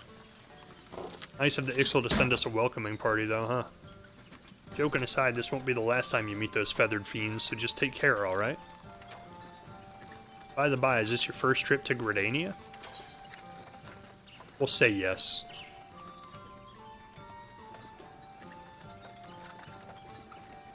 Is it? Well then, let this journey to Iterant tell you the ins and outs of your destination. The city of Gridania lies slap bang in the middle of the Black Shroud, the biggest luscious forest in all of Eorzea. Look at that beautiful rainbow. Though it ain't near as lush as it used to be, saying that, not since the Calamity laid half of it to waste. So the Calamity is actually what they called the ending of the original Final Fantasy XIV. The game flopped so bad that they rewrote the story, and how they explained the game shutting down originally when they shut it down to redo the game and like rebuild it, is that a calamity happened during a massive war, and the calamity caused the pretty much the entire world to just get wiped and desolated, and it started over. And that was like how they wrote into the story that they were shutting the game down and starting it over from scratch. It was kind of cool. The destruction prompted a herd of new nasties to move in and gave the Ixal unneeded encouragement. Birdman's raids have become a daily occurrence. Yeah, it's a really good idea of how they redid this game, because it could have like just been a flop and just shut down and lost all kinds of money, because it cost tens of millions of dollars to make an MMO game. So when it was like only 2 years into its life and it was already flopping miserably, that would have been a lot of sunk costs for sure. So instead, they brought a new producer in who's actually worked on Final Fantasy games before, and worked on Final Fantasy XI, the other MMO that they made a long time ago, which is still going. Like 15 years later, it's still getting new expansions even. So they brought him onto this game to kind of bring it back to life. And since he's taken over and it rebuilt, it was called a Realm Reborn. It was like the 2.0 version of the game. Ever since it came back out as that, it's been hugely popular. This is like one of the top 3 MMOs out in the world right now. Behold a Gridania, the forest nation blessed by the elementals.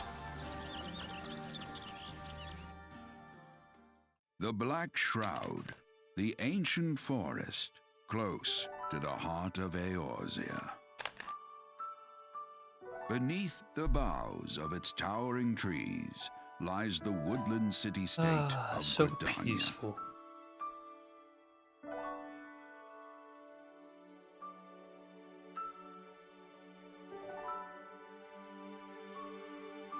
Once a sanctuary from the world beyond the hedge, even the mighty elementals, eternal guardians of the forest, could not forestall the coming of the 7th. Little hot air balloon in the background. A little Moogle face on it. However, the goddess Nofika was never one to forsake her children, and today she welcomes another brave soul.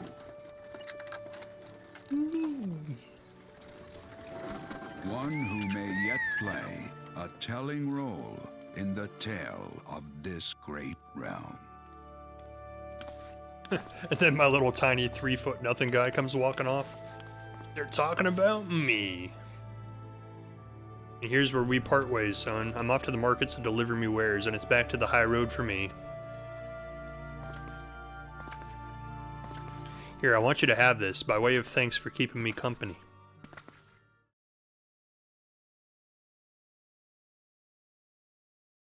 Hey, you never did tell me your name, did you? Well, here's an idea. Become the sort of storied personage I can brag about having met, and now consider us square.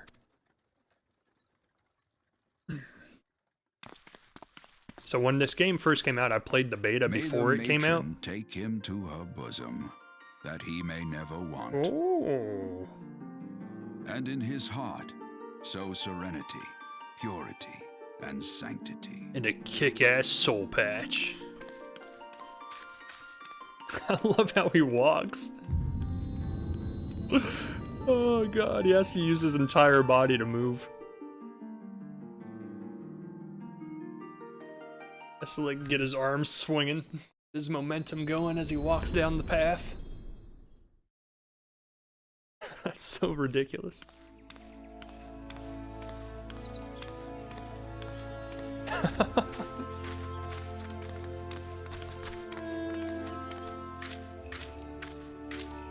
It's totally a little person. Yeah, pretty much. It's so funny, I love it.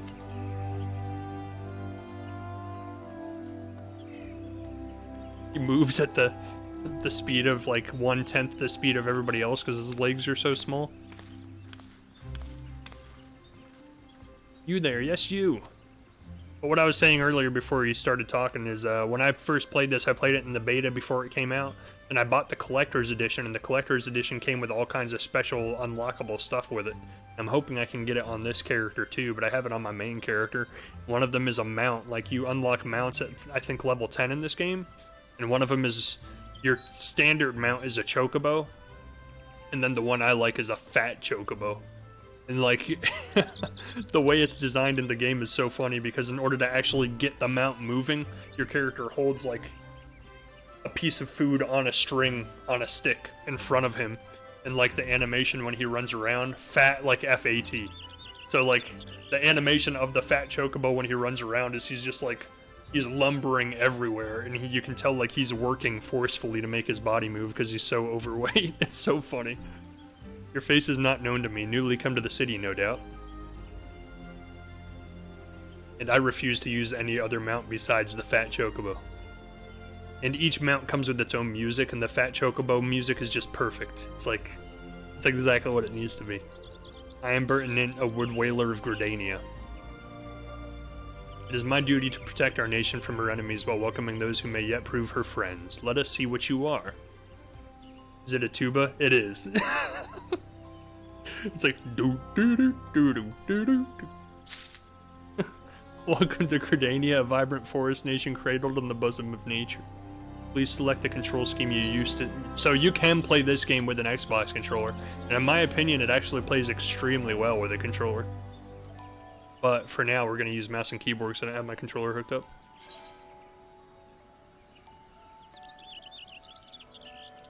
All the instructions to move your character and adjust the position of the camera. You are ready to proceed. Speak to Bertinent. No.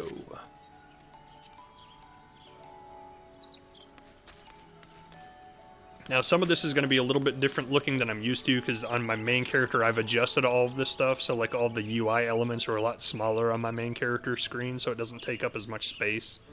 I think my camera is right outside of blocking anything, so we're good there. So this is one of the reasons I like this game a lot more than Black Desert, is whenever you get a quest line, it actually comes up with like this little walkthrough telling like this is what you're supposed to do. It gives you a lot of detail. Non-player characters offering quests can be recognized by the exclamation marks above their heads. Right-click the mark to bring up the quest window. Got it. Once you've initiated a quest, a prompt will appear detailing its objectives and rewards. Click on the Accept button in the lower left corner to add the quest to your current list of duties. To be recognized as an adventurer in the city-state of Gridania, you must first register yourself with the Adventurers Guild. Now, the game's not this heavily focused on cinematics and cutscenes. It's just at the beginning it kind of tries to introduce you to the world a little bit. Another green adventurer, I presume. I thought as much. We cannot allow strangers to wander Gridania unchecked and untested. Look how small I am compared to him. I come up to his knee.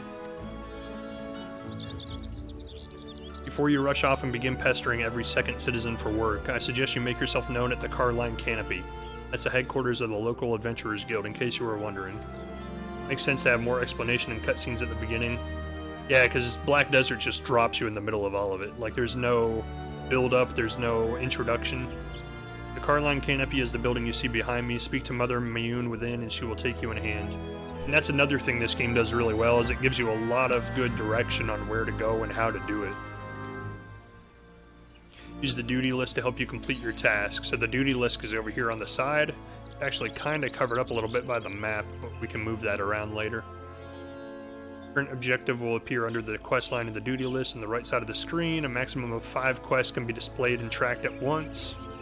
Clicking on the title will open the quest in your journal, allowing you to review objectives and rewards. So all of these UI elements can actually be edited.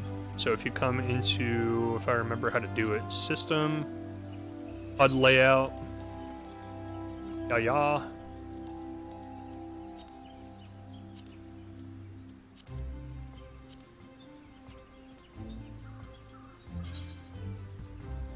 So like here, you can change all kinds of stuff. There is actually a way, I can't remember how to do it off the top of my head right this second, but there is actually a way you can get in here and move them all around and change the sizes too.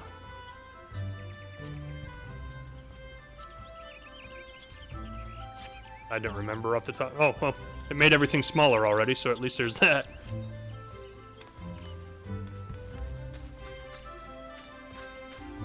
Look at me waddle. Then you can do funny things like this too. Oh, come on. Here we go.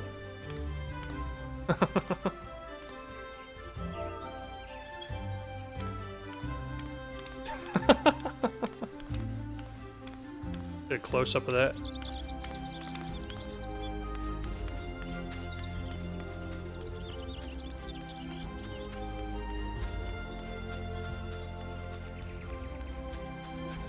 So you'll see I have pretty much no skills because I haven't really started playing the game yet. I have a basic attack, which is thrust. That's it. And then on the mini-map, you'll see it has the big green check mark telling me exactly where to go. So like this game is very hard to get lost, because even on the main map, it will show you exactly where you're supposed to be going for your quest. It makes it really easy to play. Whereas some MMOs I've played before, I get so lost I don't know where I'm even supposed to go. Complete a quest by right-clicking the NPC with the checkmark displayed above their head. Completing quests will earn you a variety of rewards, items, and gil. But it doesn't auto-run. Exactly, yeah. There is an auto-run button, actually, in most MMOs, but all it does is make you run straight. So if you're trying to get from point A to point B and it's really far away and you need to, like, go get up and get a drink or something, you can just hit the auto-run button and your character will keep going straight. Black Desert's the only one I know where it actually literally maps you right to your objective automatically. Is even World of Warcraft has an auto, like, fly button, so if you're on a flying mount and you're, like, going from coast to coast or something, you can just hit the autopilot button and your guy just flies straight forward. Wide-eyed and wondering young adventurer, come to put your name down at the guild, I assume. Welcome, Mayune's my name, or Mother Mayune as most call me, and the Carline Canopy is my place. As the head of the Adventurers Guild in Gridania, I have the honor of providing guidance to the fledgling heroes who pass through the gates. No matter your ambitions, the guild is here to help you attain them. In return, we expect you to fulfill your duties as an adventurer by assisting the people of Gridania. A fine deal, wouldn't you agree? To an outsider's eyes, all may seem well with our nation, but naught could be further from the truth. The people live in a state of constant apprehension. And unbuttoned blouses, apparently. The Ixal and various gangs of common bandits provide an unending supply of trouble. Trouble compounded by the ever-present threat of the Garlean Empire to the north, and that is to say nothing of the Calamity. Even now, the wounds have barely begun to heal, but I speak of it as if you were there. Forgive me, 5 years have passed, so that's exactly how long it was. I guess it was a 5-year-old game. I'm not sure. 5 years past, Eorzea was now well nigh laid to waste when a dread worm emerged from within the lesser moon Delamud and rained fire upon the realm. It is this which people call the Calamity. So that's when they reset the game, like they wiped all of the servers and started over from scratch. Scarcely a square maim of the Twelveswood was spared the devastation, yet despite the forest's extensive wounds, not a soul among us can recall precisely how it all happened. I am well aware of how improbable that must sound to an outsider. It is improbable. But it's also true. For reasons we can ill explain, the facts surrounding the calamity are shrouded in mystery. There are as many versions of events as there are people willing to recount them. Yeah, it's really cool the way that they actually added that as part of the story. Yet amidst the hazy recollections and conflicting accounts, all agree on one thing, that Eorzea was saved from certain doom by a band of valiant adventurers. So these guys that they're talking about, these valiant adventurers, were apparently actually the main characters in the original storyline of the first game. From my understanding. I never played the first game before The Realm Reborn came out. I just played the beta of The Realm Reborn and bought the collector's edition of that. I didn't buy the original Final Fantasy XIV. Whatever else we've misremembered, none of us have forgotten the heroes who risked life and limb for the sake of the realm, and yet whenever we try to say their names, the words die upon our lips. Whenever we try to call their faces to mind, we see naught but silhouettes amidst a blinding glare. Thus have these adventurers come to be known as the Warriors of Light. Pray do not feel daunted by the deeds of legend. We do not ask that you become another Warrior of Light, only that you do what you can to assist the people of Gridania. Great or small, every contribution counts. I trust you will play your part. All that's left then is to conclude the business of registration. Here's a quill. Scrawl your name right there. So they are kind of playing with the idea, I kind of forgot this part of the story honestly, where you are just one of many helping to save or improve the world. Oh, and I would appreciate it if you used your real name. There is a special place in the 7th Hell for those who use amusing aliases.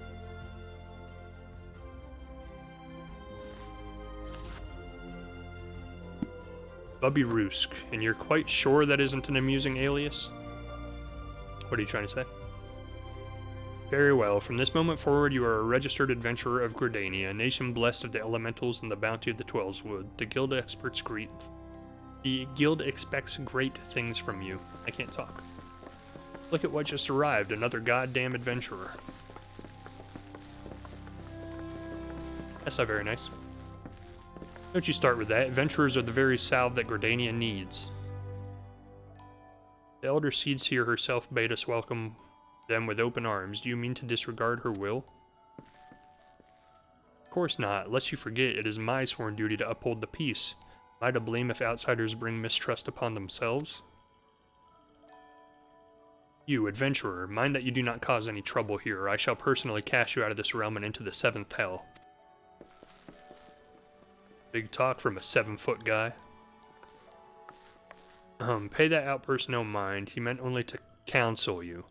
Suspicious characters have been prowling the Twelveswood of late, you see, and the Wood Whalers feel they cannot afford to take any chances. As is often the way with folk who live in isolation, Gridanians are wont to mistrust things they do not know well, your good self included. You're not, however. Given a catalog of exemplary deeds, and no more than a handful of years, the locals will surely warm to you. On behalf of my fellow citizens, I welcome you to Gridania. May you come to consider our nation as your own in time. Now then, you may depend on Old Mother Mune to teach you a few things that every adventurer should know. The music in this game is really good too.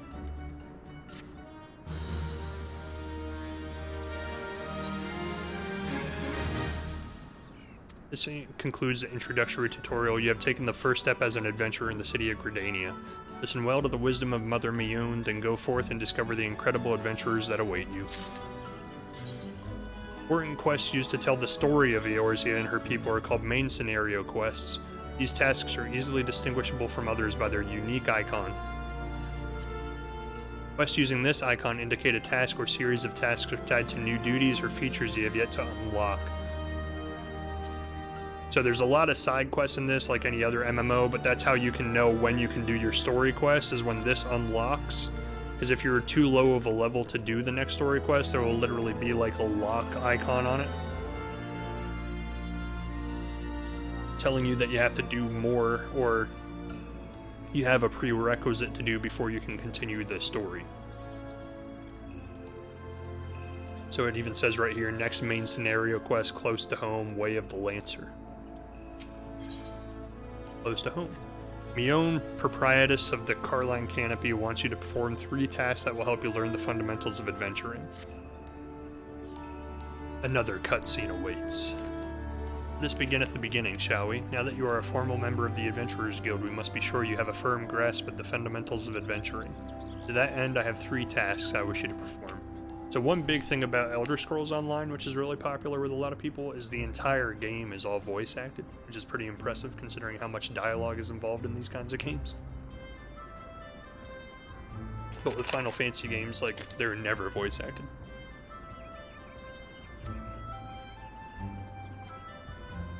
Your first task is to visit the Aetheryte. This massive crystal stands in the middle of the Aetheryte Plaza, not far from the Carling Canopy.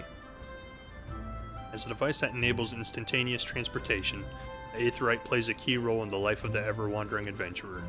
Once you have located the crystal, all you need to do is touch its surface. A member of the Wood Whalers will be present to offer further instruction. For your second task, you are to visit the Lancers Guild. There is no better place to learn the arts of the polearm. Speak with Jillian and she will explain the benefits of joining the guild. For your third and final task, I would have you visit the markets at the heart of Old Gridania's commercial district. There you shall find weapons and armor and all the various items that an adventurer might need on his travels. There is, however, more to the markets than buying and selling goods. Speak with Parsementret and listen well to his counsel. The master merchant can be uncooperative at times, so be sure to offer him one of my famous eel pies. Like so many men, he is much more charitable when his stomach is full. Here, I made a batch not long ago. You have your tasks, Bubby. May Nofika guide your path. And one more thing. Should you happen to come across any citizens in need, don't be afraid to proffer a helping hand. I am certain they will be pleased to meet an adventurer in whom they can confide their woes. Granted, the work they offer is unlikely to be of realm-shattering importance. Prove your worth and build a reputation, and in time folk will be more inclined to entrust you with matters of moment. So they even admit, they're like, yeah, the side quests really aren't going to be that important. I also suggest that you lend an ear to the smith here in the canopy. The smiths are trusted representatives of the Adventurers Guild and are an invaluable source of advice for neophyte heroes seeking to attain greatness.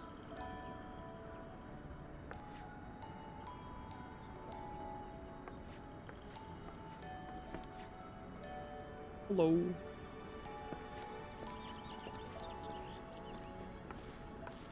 I like how my weapon is longer than my whole body.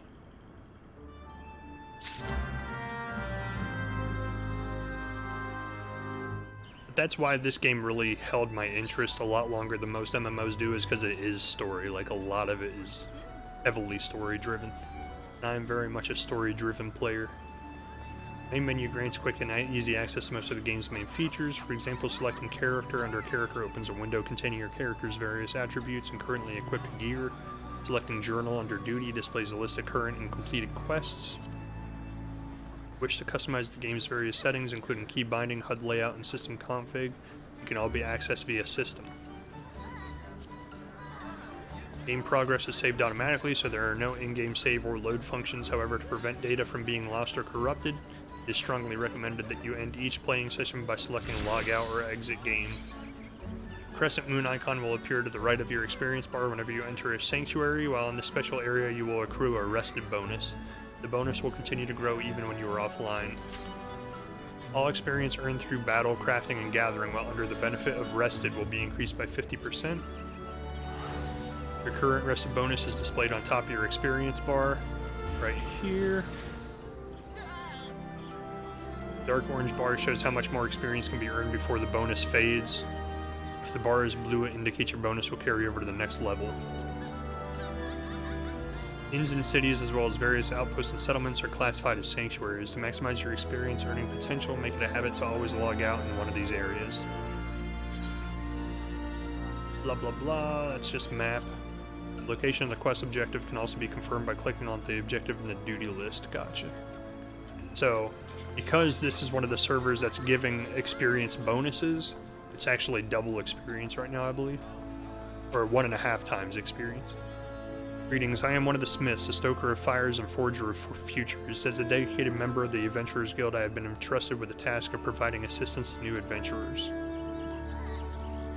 I see you have but recently taken up the Adventurer's mantle. The possibilities stretching up before you must be positively daunting. The Adventurers Guild, we see new adventurers as fledgling heroes. You are our champions of tomorrow, our nascent stars of limitless potential. My fellow smiths and I are here to provide you with guidance, but the guild also enlists a cadre of veteran adventurers who will be happy to share with you their accumulated wisdom. You can recognize these helpful men and women by their title of Mentor. Mentors stand ready to advise you on any aspect of adventuring. They have hundreds of quests under their belts and will likely have a solution of whatever dilemma might be causing you trouble. A mentor may even offer to accompany you on your adventures. I highly recommend that you take advantage of a mentor's aid to enrich your experiences. Pray do not hesitate to ask me if you would like to know more. Really stroking my ego. What, this guy? Yeah, the future heroes. New adventurer status is applied to all players who have recently begun their adventures. Amongst Eorzea's thriving population, there are seasoned players known as mentors who have taken it upon themselves to assist new adventurers. When a new adventurer and a mentor form a party, they both receive a bonus to experience points earned. On invitation by a mentor, new adventurers also gain access to the Novice Network, an exclusive chat channel where they can consult with mentors and share their experience with other beginning players. Well, so that's a really cool system that they have built into the game, so that's why I have like a little sprout next to my name now, is because I'm considered a new adventurer. But with my main character, who's a higher level, I actually have access to the mentorship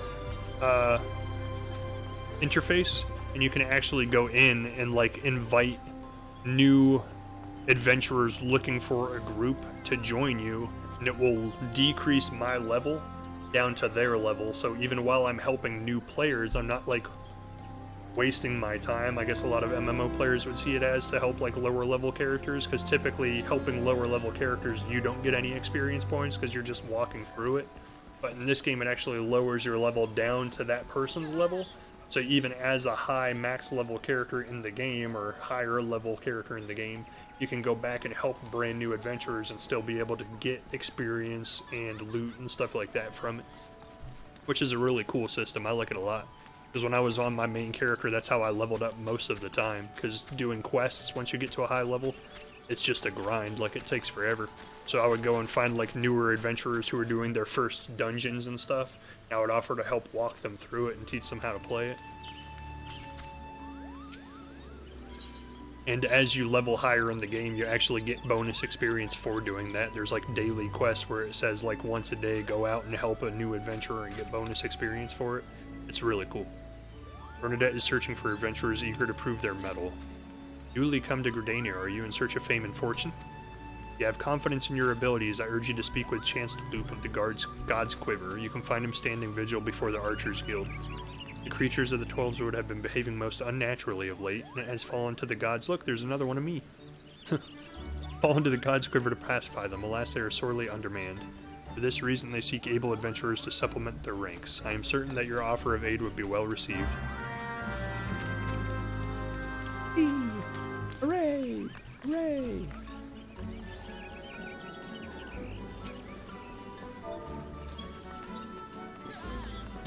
Oh, he completely ignored my wave. Hey, we're supposed to stick together, man, you and me. Bye.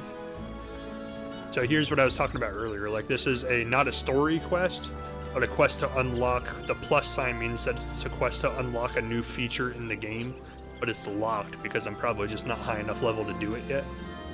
If you actually walk over there and click on it, it will tell you exactly what prerequisite you're missing before you can do the quest.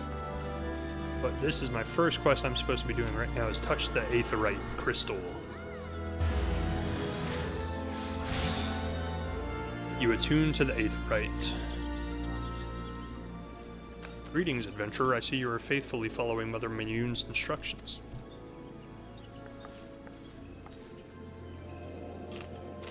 Allow me to offer you a bit of instruction myself. I am Nisi of the Wood Whalers, and I know a thing or two about the Aetheryte. Yes, that big crystal right there. Aetherites are devices that tap into ethereal energies and are primarily used as a means to travel swiftly from one place to another. To turn and teleport, the most common transportation spells make direct use of the Aetherites and their connection to the flow of Aether. And as these devices are found in almost every corner of Eorzea, any adventurer worthy of the name will wish to seek out and attune himself to each one. Truly, few things in this world are so useful to an intrepid explorer. But you need not locate them all at once. Before rushing out into the wilds, I suggest you start with the Aetherites found here in Gridania. Should you wish to learn more about the Aetherite or transportation magic, I am here to answer your questions. So other than just quests and the storyline, there's other things you can do in the game to earn like XP and stuff. And there's like achievements in this game too, or a log of like different... You are now able to use the return spell. So that's my home base now, is this aetheryte crystal here. But there's like logs that you can do other than just the quests. And some of the logs are like hunting, gathering, adventuring and exploring, and you can actually get like XP for clicking on every aetheryte crystal in a certain section of a map. Spell return can be used to instantly travel back to the aetheryte set as your home point, and every aetheryte in the game can be set as a home point, so this is probably the best one to set because it's right in the middle of all, you know, like the quest givers, the main quest line at the beginning of the game. But you could literally just go choose a random aetheryte out in the middle of nowhere and make it your home if you wanted to. So like, let's see if we go over to this guy. He's probably just going to tell me I'm not high enough level yet. Yeah, Disciple of War or Magic level 60. So this is actually expansion content. Shadowbringers installed and registered. So Shadowbringers is the latest expansion that just came out a couple months ago. And this quest is called The Makings of a Gunbreaker. And it lets you use a weapon that was in one of the Final Fantasy games, Final Fantasy VIII, called a Gunblade. It's literally a sword that has a gun built into the hilt of it. So as you're like attacking and chopping down on bad guys, you can also pull the trigger and shoot them simultaneously. That's like a new class that came out with that newest expansion. Which I'm actually kind of interested to see how well that works, because I guess it opens like a whole new combo system that wasn't originally in the game. Ideal is looking for an adventurer to deliver a forgotten item. An adventurer, precisely what we needed. Not a moment ago we dispatched our newest recruit Artur to inspect Miketo's amphitheater.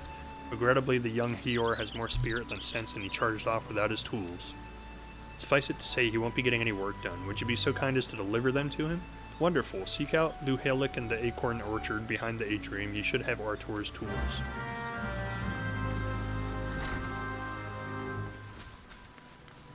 Hey, there's another one of me. Hello. He's AFK, I'm assuming.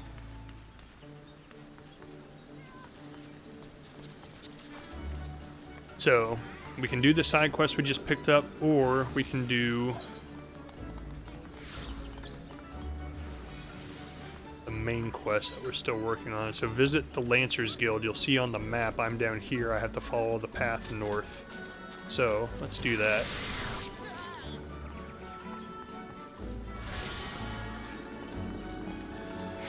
There is a sprint button, but it only lasts for like 10 seconds. And I'm going the exact wrong way.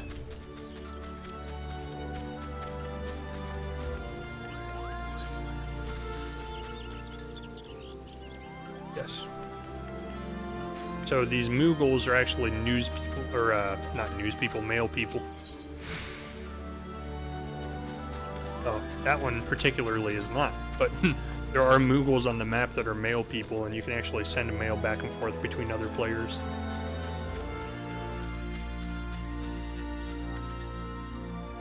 Let's see if we can get into some actual combat here. So this game is more of the old-fashioned style combat, where you literally just tab a target and then hit the corresponding number for your attack that you want to do.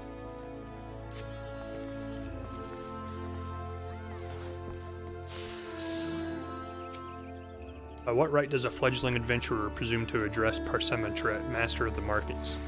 Think you can stroll in here bold as you please and demand my hard-earned knowledge? Merchant does not for naught, especially when dealing with would-be heroes. If, on the other hand, you had some tasty morsel to curry in my favor, then I might reconsider your request. Come now, this whole encounter is reeking of Miyun's handiwork, and more specifically her baking. Don't look so surprised, son. I smelled that eel pie of yours a mile away. Hand it over. By handing over items, you essentially just right-click it and it fills itself. I don't really know why that's even a thing, but that's how it works.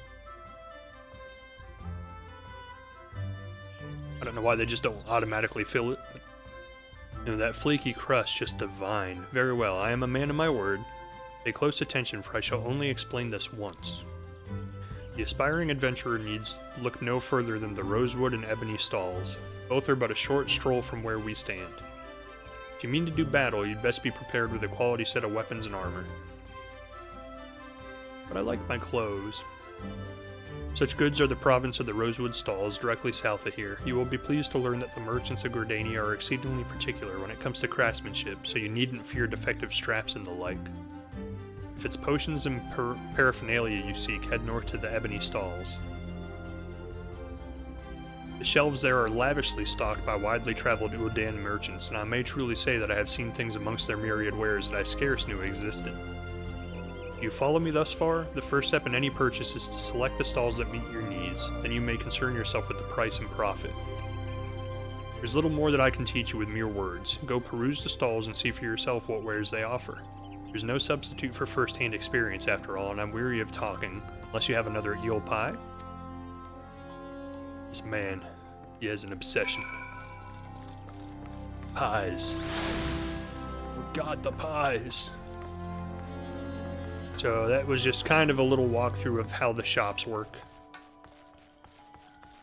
These are all the shops that sell like potions and buffs and debuffs and stuff like that, and then all of these are the shops that sell actual weapons and armors and stuff.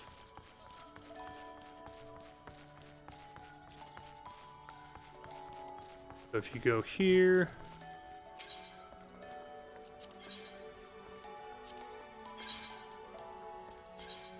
a myriad of items can be bought and sold from vendors all across Eorzea. Purchasing an item is as simple as clicking on an item in a shopkeep's inventory, while selling an item is as simple as dragging an item from your inventory or armory chest. You can also sell items by right-clicking them and selecting Sell.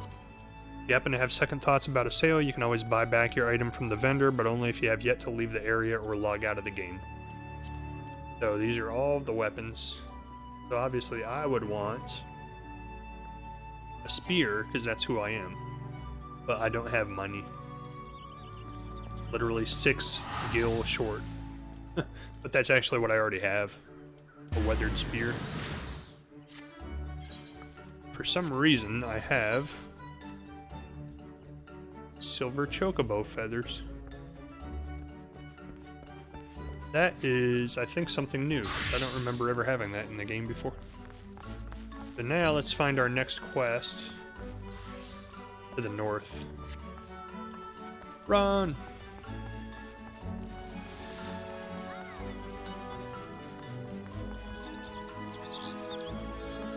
Run to the north, little man, run, run!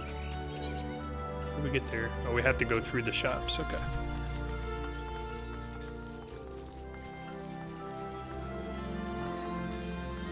Look at all these people, there's so many people in the new area. Hold on a second. Do I have... I can't remember how to get to it. So here's the logs I was talking about. Crafting log, sightseeing log, hunting log, gathering log, fishing log. So you can get orchestration list, you can play musical instruments in this game. So there's other things you can do besides just following the quest. You can do all kinds of stuff. There were a lot of people new to the game. Is that unusual? For this particular MMO, I don't think that's necessarily unusual, because this is like the probably number 2 most popular MMO out there under World of Warcraft. So I don't think that's necessarily unusual for this game, but a lot of MMOs it is. Like I was mentioning earlier, I tried to go back and play Guild Wars 2 like 6 months ago. The new areas didn't have any players in them whatsoever, because the only people who still play that game are like the people who have been in it since day one. Let's get access to this warp point. We have Ethernet access to the Lancers Guild. Tuning with the shard has granted you access to the city-state's Aethernet. The Aethernet can be used for quick intra-city travel, and I think a lot of it is because of this free week that they have for people to return to the game for free without having to pay for the subscription. I think that does actually get people to come back and try it out again. In case it's people who might have tried it like back when the game first came out and weren't too happy with it or didn't like what the game was at the time, they can come back during these free weeks and log into their old account and try it again. Like me, yeah, exactly, yeah. I've been wanting to come back to this game for a while. But when I read that they had the free, I think it might even be a free month, but it's a week of time that you get to play for free. But I think it actually started like 3 weeks ago. Welcome to the Lancers Guild. I see you brought your own spear. If you seek to refine your skills with the polearm, then you have come to the right place. Here at the Lancers Guild, spear wielders gather to train with one another and further hone their abilities under the tutelage of our fine instructors. More than just an instrument of war, the spear is also a tool for hunting, and with game ever plentiful in the Twelveswood, the weapon has been the mainstay of the locals here since before the founding of Gridania. With the passing of time, our nation became a gathering place for spearmasters from across the realm, many eager to test their mettle against the famed might of our wood whalers. And it was here in Gridania that their myriad fighting styles came to contact, eventually giving rise to the art taught here today. Excuse me. That spear technique could be formalized at all, owed much to the founding of the Lancers Guild by wood whaler Captain Mistal nigh on a century past. The tradition of accepting students from without as well as within Gridania's borders persists to this day, ensuring that the art of the polearm may not only survive, but also to continue to evolve. There you have it. I hope this brief history of the guild has helped settle any doubts in your mind. The Lancers Guild is always eager to welcome new initiates. If you've a will to enlist, speak with me again and we can begin the enrollment procedure. So, that's another cool thing about this game is like you can choose your class at the beginning, and let's say I wanted to be a polearm, but then like I saw all these people running around with like really cool looking weapons that aren't a polearm, and I can be like, man, I don't want to do this anymore, I want to do that. Instead of having to start over with like a new character, I can just choose not to sign up with their guild and just go find another guild. Say, oh, the Archers Guild is over here, let's go check that out, and I can sign up with them instead. Just start playing as a completely different class than what I first originally chose when I made my character. And you can do that at any point in the game. So like, let's say you get to like level 50 as a polearm and you're like, this is cool, but I'd rather have like a ranged character. You can just come back to this Gridania city, go to the Archers Guild, and start over training as an archer class. You still keep your main character level and experience in the game and everything, but you start your class level back over to level 1 without having to like start over with a brand new character. Well then, have you made up your mind to enlist in the Lancers Guild? Because one of the benefits of doing that is a lot of the armor and stuff in the game can be used by multiple different classes. So if you don't sell the armor as you play, because you know ahead of time that you plan to do more than one class, you can keep all of the armor that you get through dungeons and stuff as you play with one class. Then as you level up another class from scratch, instead of having to earn that armor again, you can go back into your, what they call the armorers, or the armor bank, I think is what it's called in this game, I don't remember. But there's like a specific inventory that is your current inventory, and then there's a separate inventory that keeps all of your armor and all of the stuff that you found weapons-wise and armor-wise. So that is account-wide. So like if you want to start over a new class as high as like 60, you're level 60 with one class, and you say, oh, I want to start over and start using a sword, you can keep this big bank of armor that you've collected from your other character. As you level up with the new class, you can just take that armor back out of your little bank and use it without having to worry about having it drop again and having to work towards grinding for new armor. You can just keep a constant collection of armor in your bank for your account. I never do it because I don't ever plan to make numerous characters or even start over with a different class, but I might. I don't know. I mean, I am right now, so. Well then, have you made up your mind to enlist in the Lancers Guild? I have. I'm gonna get yummy meals for it. Excellent, I shall let Guildmaster Wayne know to expect you. All who seek admittance to our ranks must present themselves before him. He will judge if you are fit to become one of us. Pray make your way to the training area within. Our Guildmaster awaits you.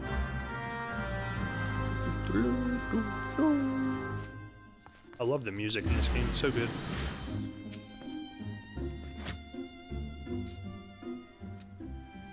Well met, adventurer. I understand you wish to learn the Lancer's art under our roof. Though you have doubtless brandished the spear before this day, and perhaps even in earnest, you still have a long way to go before you may call yourself a Lancer in sooth. Excuse me. In my capacity as Guildmaster, I shall guide your training, beginning with the very basics, the principles of our art. There exist myriad fighting styles, each of which has its own unique qualities. None, however, can claim to be as offensively minded as ours. Our approach is ever one of attack, no matter who or what we face. An experienced lancer is able to wield a polearm as if it were an extension of his body. It transforms into a raging storm before his foes, delivering a barrage of devastating thrusts and slashes. To facilitate such a relentless assault, we lancers forgo plate, favoring armor of leather and chain. Such material as provide adequate protection without unduly hindering movement. So where this comes into play is, depending on what class you're playing as, so I'm a lancer, so I use armor and leather. So when I'm doing dungeons and stuff, or quest lines, I could potentially find plate armor, which my character can't use, but then that's why you have that armory bank, is because you could keep that and use that on another character you might play as, or another class you might play as later that does use plate armor. For some reason, I always seem to play the classes that only use leather. A lancer's worth may be measured quite simply in how swiftly and decisively he can pierce his enemy's defenses. By its nature, the polearm is a simple weapon to wield for good or ill. Even in a farmer's hands, it is capable of wreaking considerable havoc. Thus has it been a mainstay of every great army since ancient times. Yet know that a lance alone does not a lancer make. Faced with unfavorable odds, an unseasoned spearman will break formation and flee without a moment's hesitation. True lancer, however, flinches not before his enemies, for he knows not the meaning of fear. Ever does he press forward, disdainful of the odds, that he might pierce the enemy line and open a path to victory. Needless to say, doing so requires no small amount of courage. That is why our guild has striven from the first to instill this essential quality in every soul who passes through our halls. Arduous trials await you should you join our ranks. Knowing this, have you the resolve to wield the lance? I do. I look so serious about it too with my soul patch. Well said, adventurer. I see no reason to deny you a place within our rank. But I neglected to introduce myself. I am Wayne, master of this guild. Pleasantries duly exchanged, I hereby assign you your first task, a trial, to be precise. In order to develop an affinity with your weapon and learn to gauge such things as distance, you are to go forth and brandish your spear with reckless abandon. Don't mind if I do. Squirrels, ladybugs, and funguars that roam just outside the city should provide you with a suitable challenge. Poor squirrels. Put down, let us say, 3 of each, and then report back to me. That's another reason I like this game a lot, is because yes, it is another quest where you're just going and slaying a certain number of different creatures, but it's kind of embedded in the story. It's like, oh, in order to prove yourself able of wielding your weapon, you have to go kill these things. It's not just some random NPC saying, hey, go kill 5 of these things just for the hell of it, and come back and tell me you did it.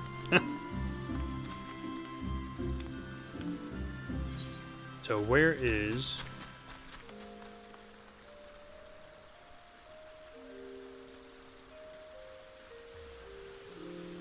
Slay them! Central Shroud is where we need to go, so...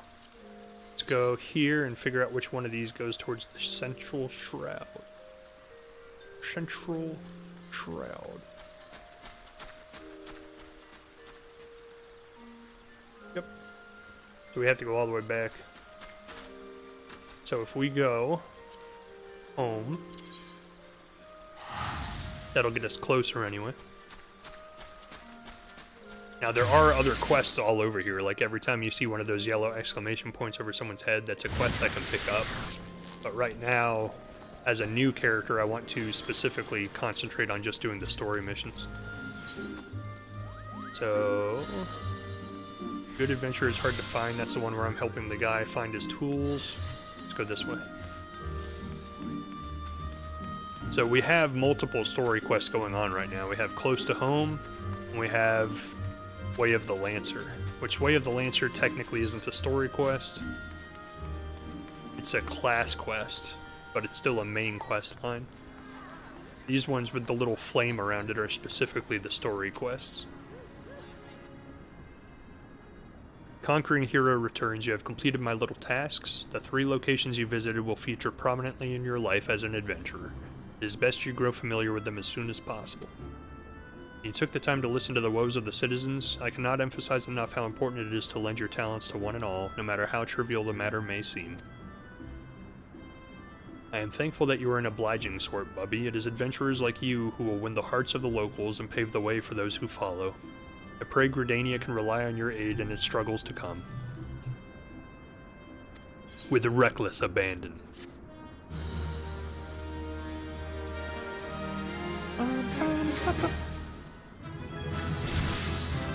I have leveled with the Final Fantasy leveling music that's existed since the beginning of time. So now my story, I can't continue it until I'm level 4. So now I'm level 2, so literally the only thing we have left to do is side quests until we get to level 4, and then once we're level 4 we can come back and continue the story. And the story quests actually come pretty fast and furious. Like, I don't think there's ever a time where you go like 10 levels without continuing the story. It's usually like a 5-level break in between. In BDO, you'd be level 25 by now. Yeah, that's the other thing. That's one of the things people see as a downside to this game, actually, is a lot of people argue that the leveling is too slow in this game. You say, oh, it's a grind, it takes forever to level up. But I think it actually goes pretty quick. BDO, in my opinion, is way too quick. Like, you level so fast. Right-click on a target to switch to active mode and ready auto-attack. Approach and face the target to start the battle. 2 rotating arrows will appear over the target you're currently attacking. Various actions such as spells and weapon skills can be performed by clicking the icons on the hotbar. These actions can also be initiated using the shortcut keys 1, 2, 3, 4, 5, so on and so forth. Most actions require magic points to execute, in addition to having recast times of various lengths, called cooldown. Disciples of Magic and Disciples of War who specialize in ranged attacks, such as archers, are best suited fighting their targets from a distance. The range and radius of an attack can also be confirmed in the help window. Cool. Congratulations, you have just received your first achievement. Look, my guy looks so happy. Well, that's not necessarily my guy, but a similar guy. Achievements are earned by reaching certain milestones during your adventures in Eorzea, and there are achievements for just about everything from leveling classes and uncovering locations to defeating enemies and earning gil. There are also rewards granted upon attaining certain achievements. Some of these include rare weapons and armor, others titles which can be added to your display name. Achievement rewards can be claimed from Jonathus in Old Gridania. Look at this. He's got a little baby chocobo chick that runs around with him. So let's start fighting. Our first battle. With reckless abandon, we shall kill the squirrel. Squirrel, die! In the event multiple solo players attack the same target, the player who attacks first will always receive 100% of the experience. The player who follow will be rewarded based on their contribution to the battle. So that's what I was saying earlier when I was playing BDO, is that in that game you don't get anything for hitting an enemy that somebody else hit. In this game, it actually helps you, even if you help somebody else kill something you didn't initiate or you don't have a quest to kill, you still get experience for it. So it says, if you see a fellow player in need of a hand, do not hesitate to lend yours. So this game really promotes the idea of helping other people, or playing with other people. An item you have equipped is now bound to you and can no longer be traded or put up for sale. So as soon as you use the item in this game, it's bound. That's typical of like any MMO. Once you use it, you can't sell it or trade it. It's your item now.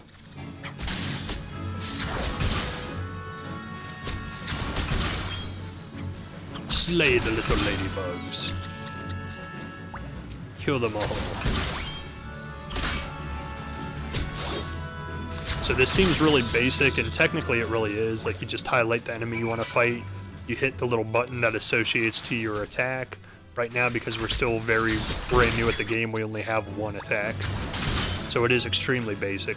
But as the game gets better, or as you get higher and higher level and experienced in the game, you earn more. Like, you can literally have 3 bars full of different moves and attacks you can do, and you'll get to fights with enemies where they actually have like attacks that you have to dodge and move out of the way of while you're fighting. But this is typically how a MMO game plays, is you literally just target the guy you want to attack and then just spam this button over and over again. Just the general gist of MMO gameplay is how it works. So if I hit him, even though I wasn't the one who initiated the attack, I would have still gotten one 1 out of 3 on my Slave Forest Funguars, even though I'm not playing with that person and he's not in my group. If I help him slay one, it still counts as me slaying it. I like the teamwork generosity concept, yeah. And there's actually what they call world events that will pop up on the map. So you see, like, my quest right now has a red ring where my quest takes place, generally. There are world events that will randomly happen on the map that come up in, I think it's like gold-colored circles. And if you go there, every single player who goes there and works together to accomplish the objective for the world event that spawned gets awards and experience and achievements and stuff like that. And you get awarded better depending on how much you personally put into achieving the world event and completing it. So if you initiate it, you get like bonus points. If you're the person who gets the last hit, if it's like a world boss like this big guy over here, if you're the person who gets like the last hit or the person who happened to do the most damage, you get more than other people do. So it's like a way to be fair, but also let other people join in and be a part of it, but still like be fair as far as who did the most work. So someone doesn't jump in at the very end of it and get equal rewards as everybody else who has been doing it for like 15 minutes working towards it.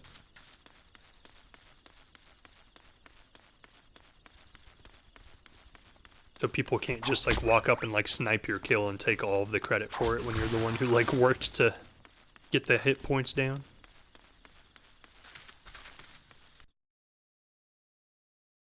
And it works pretty well. And they level you automatically too. So like if I'm a level 60 character and I'm walking through this new person area and a world event happens, if I get inside the range of that world event, it will actually prompt me on the screen if I want to join it. Because as a high level person, I can just ignore it and walk through. But if I choose to join it, it will knock my level down to this area's level. So I like get the same amount of achievement or XP or whatever everybody else gets from doing that world event. And it prevents people who are super high level from just walking in and completely bulldozing over everybody else who's working towards an event and taking all the credit for it. Which does happen in other games.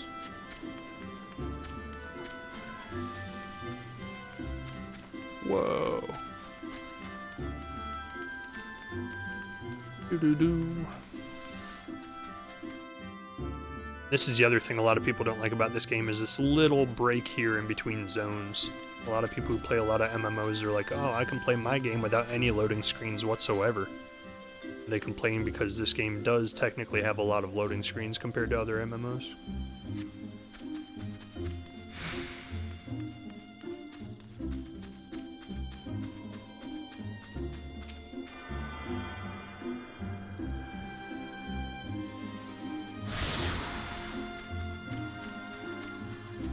So along with your class, which is your weapon, you can also get crafting classes too.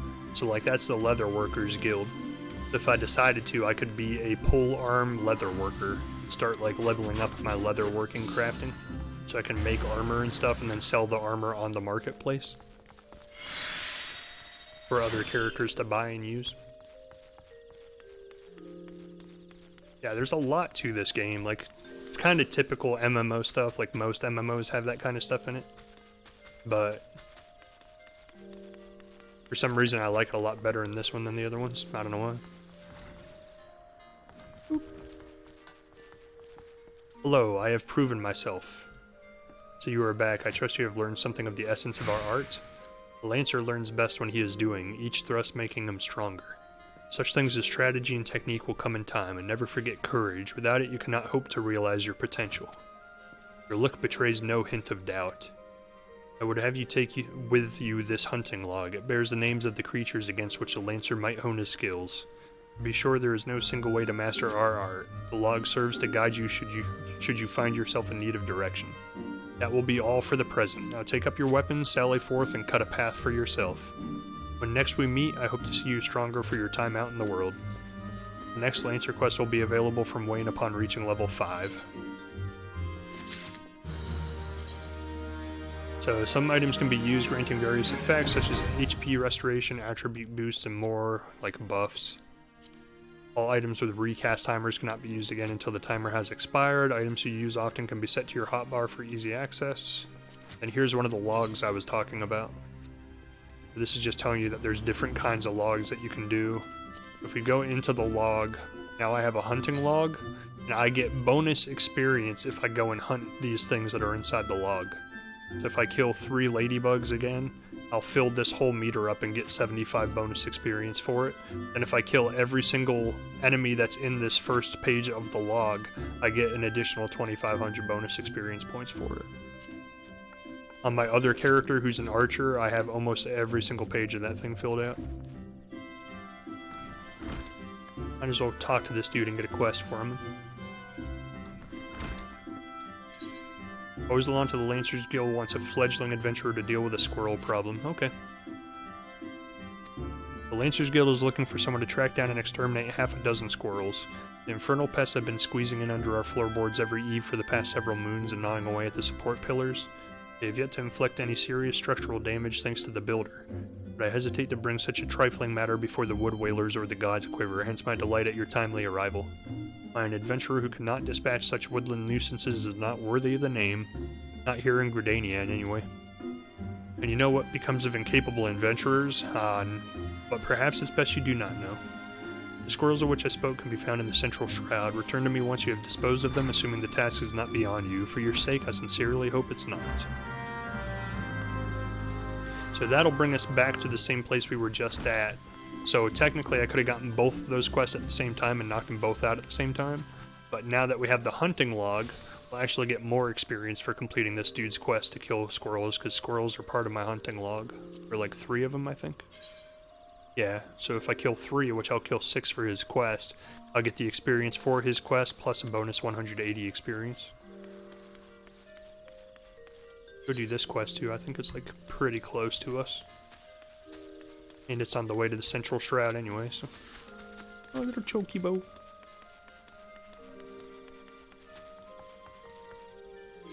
Trying to remember the buttons, it's been a while since I played this game.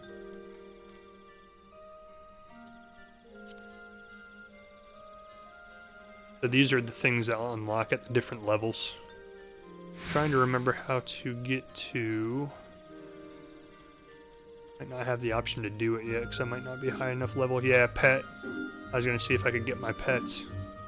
So yeah, this is how silly this game gets. There's a group pose button. So you can set up an emote or a pose for your character, and then if you sync up with other players around you and hit this group pose button, all of the characters in your group together will do the pose that you have saved to the group pose. You can take like screenshots and pictures and stuff. It's kind of funny. But it's like the little details like that that make me really love this game. The Master of the Markets is willing to permit an adventurer to assist him in fulfilling an order from the Lancers Guild. I take it my previous explanation did not suffice to sate your curiosity. If you wish to know more of the markets, I shall give you a practical education free of charge. Yeah, it's very playful. As Masters of the Markets, I entertain many requests, this order from the Wallers, for example. But I delegate their fulfillment to my hirelings that I might tend to such tasks as I alone am capable of performing. For your personal betterment, I shall delegate the fulfillment of this personal request to you. I bid you search the stalls for a bone spearhead, a pot of beeswax oil, and a length of brambleweed rope, and deliver them to Camelot of the Lancers Guild. There's much and more to be found in these stalls if you have the dedication to seek it and the coin to procure it. However, as my representative, you need only offer my name as payment, none will deny me. In fact, many will be all too eager to part with their wares, so numerous are the debts that I am owed. Fine proposition, is it not? I am spared a simple task, and you gain priceless mercantile experience. I should rightly charge you for such an opportunity. But worry not, I am a man of my word, and the terms will stand. Deliver the goods to Selingolid, and she may even see fit to reward you. So since we're here, we might as well do this real quick. Give me the stuff. At the behest of good Master Persementrout, you say? So what do we owe the pleasure of your company today? May I take this opportunity to say that it is an honor and a privilege to serve you. But you must have your beeswax oil without delay. Yes, yes. Feel free to take as much as you require, and you will of course inform Master Persemetret that I was only too happy to accommodate his needs, yes? Yeah. Keep sucking up. Sorry, mate, we ain't open yet. Oh, Persemetrets? Well, what was it you said you wanted? A bone spearhead? Oh, here she is. Take it. Tell that bastard we're square. Well, that wasn't very nice.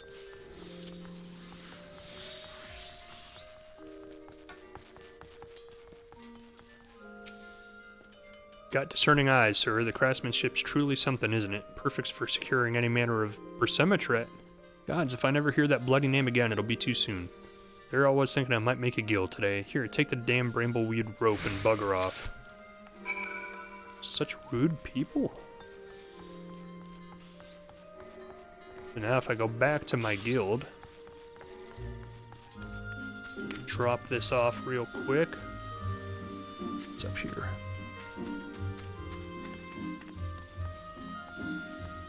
So here's an idea of how you can move around quickly. So instead of walking everywhere, I can go up to this Aethernet shard.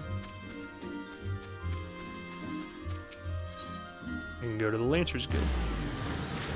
Then it's not like BDO and I don't have to walk everywhere and take 10 minutes of wandering just to get from point A to point B. That's why when I was playing Star Wars I was kind of surprised they didn't have like a teleportation system, because most games do nowadays. What business have you with me, adventurer? You come upon the building of Master Persemetret? Up. So soon. I am impressed. Placed my order only a short time ago, yet there are all these items I requested. Truly, Master Persemetret is every bit as resourceful as they say. We're fortunate to work under such a man. You would do well to mold yourself in his image, if you have any aspirations as a merchant.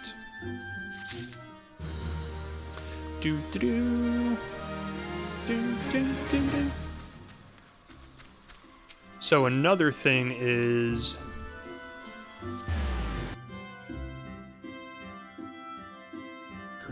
So they do actually have a Star Wars MMO as well, and that's a free-to-play one too, and I used to play that one for a while. That one's also a very story-based game. Might as well go turn this one in since we're nearby. Oh, wrong one. There are surprisingly actually a lot of MMOs out there right now. Usually it's the exact opposite. Usually MMO games, they're very few and far between. But the last like 5 or 6 years, people have been trying to make a good one to compete with World of Warcraft, because if someone made one that actually was like better than World of Warcraft, which a lot of people argue this one is, it would be just a money-making game. Like instantly overnight, it would make tons of money for the company. That's why they worked so hard when this failed originally to make it better, because they knew what the potential could be if it was a good enough game. Because you have to think there's millions and millions of users who play World of Warcraft since it came out like 15 years ago, and it comes with a $15 a month subscription fee. So with that many people playing for 15 years, now obviously not all of them have kept the subscription up constantly since then, but it's obviously a lot of money. Well, inexperienced or not, if you want to prove your worth to the people of Grenania, you are right to come. You do wish to prove yourself, do you not? I do. Chancellor Tupa of the God's Quiver is testing adventurers by sending them to slay forest funguars. Ordinarily, the forest funguars that inhabit the Central Shroud are not more than a nuisance. However, we have received reports that vast clouds of the creature's spores have rendered parts of the 12's Road impassable, and ruined crops besides.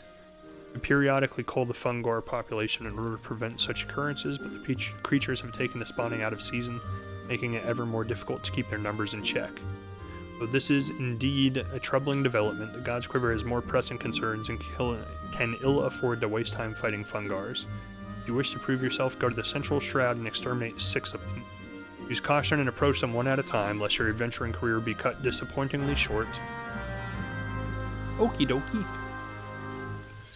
So we need to go to the Central Shroud, which is right around the corner. That's also where our other quest is, so we're doing some good managing our quests here efficiently.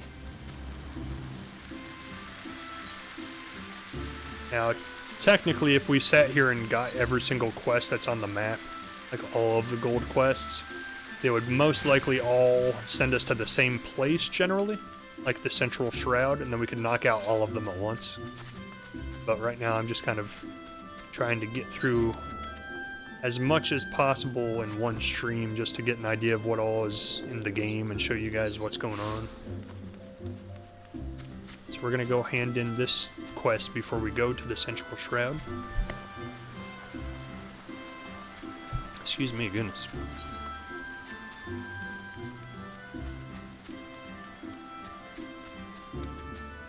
I just love the art style of this game. Everything about it looks really good. Can't remember where this guy is.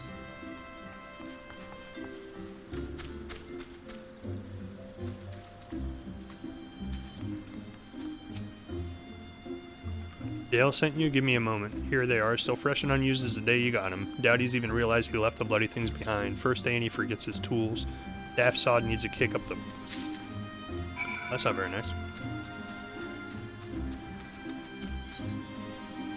That is... there, but that's not where we're going. We're going to the central shroud, which is around here.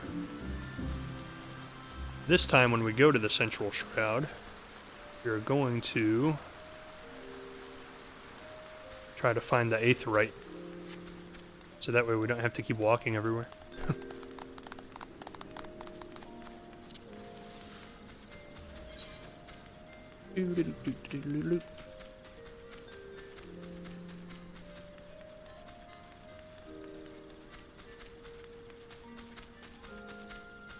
So what do you think of this one so far? You think this is more interesting than Black Desert Online?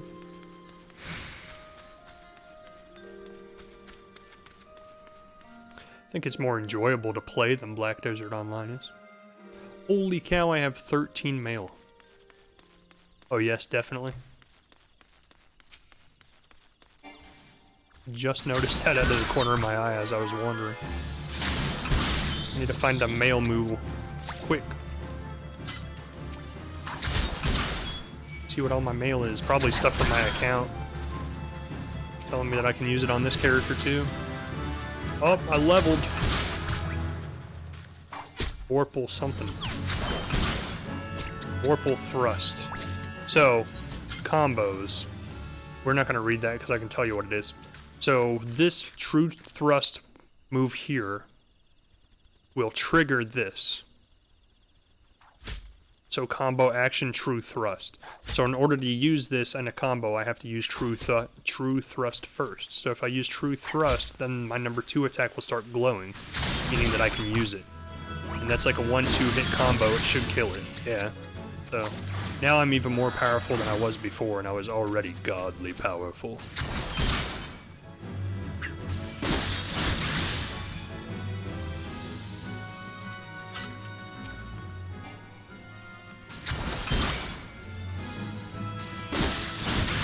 Black Desert Online seems very shallow, basic, and generic. Yeah, it's pretty much how all the Korean MMOs are, because they churn those things out like one a year.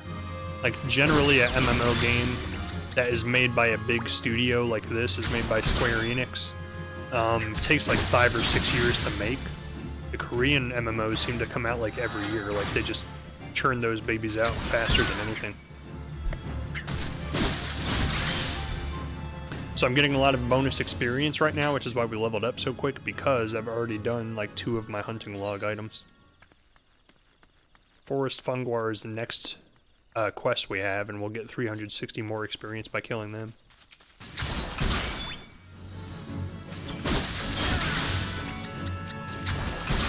Might as well kill this thing just because it's in my way.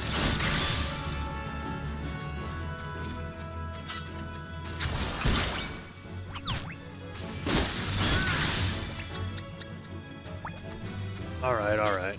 Now we've killed everything we need for these. Overshot, how's it going? Thanks for joining. We've been playing around with some MMOs tonight, just taking a look at them, seeing what they're like.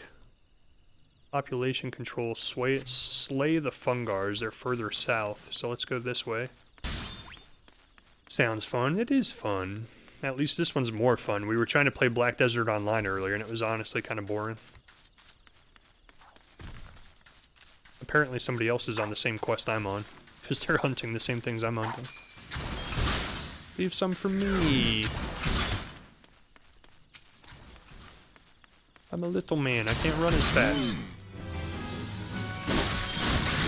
You're so dead.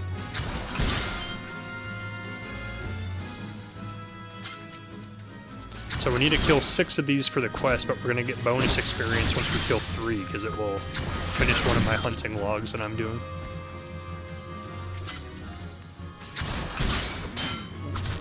How are you doing tonight, Overshot? You've been playing some Rocket League? Are you excited for the new mode coming out on Thursday? So we almost did like a whole level of experience points by finishing that hunting log. And now we're level 5, so we can actually continue the story too.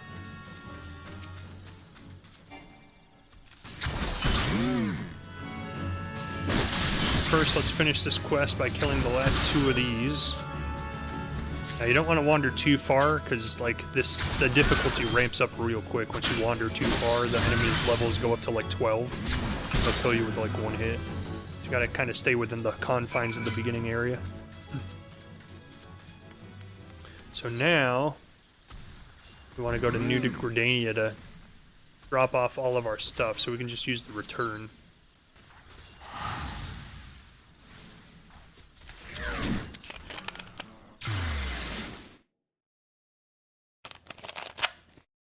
Because I was actually planning on playing a different game tomorrow, but then when I saw the little newsletter from Rocket League saying they were going to have a 1-day special mode, I was like, I gotta check that out. I'll probably be playing that tomorrow night instead.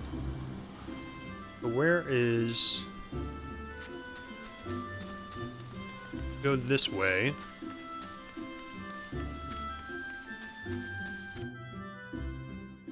Doing good and can't wait for Rocket League's new mode. It sounds really chaotic. It's like everybody has maximum amounts of boost, and the boost is 1.5 times faster than it usually is, and the ball bounces 100 times bouncier than it usually is. Yeah, the boomer ball, yeah. That's the mode I was talking about.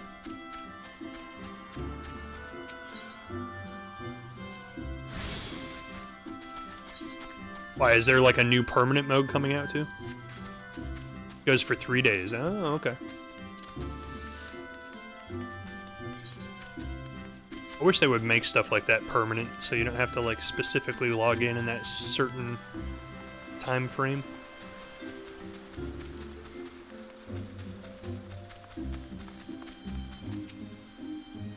I'm terribly busy right now and would thank you not to bother me. I'm a carpenter of the prestigious Oak Atrium, and I have repairs to...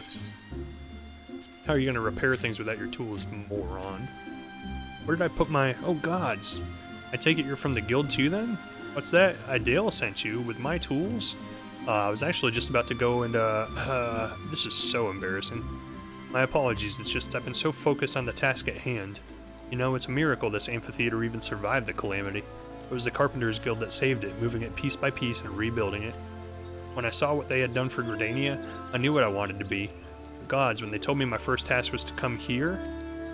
Anyway, thank you for bringing my tools. You're new to the Oak Atrium too, right? Well, let's both work hard for the good of the guild. Oh, and may the elementals watch over you and keep you safe. Thank you, you as well, my friend.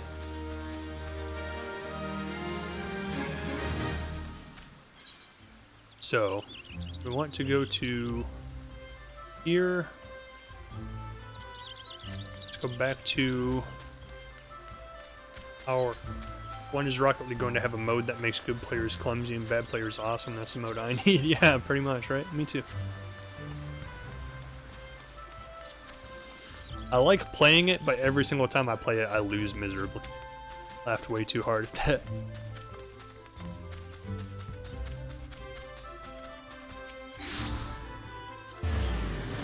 So now, not only can we hand in another quest over here, but we can also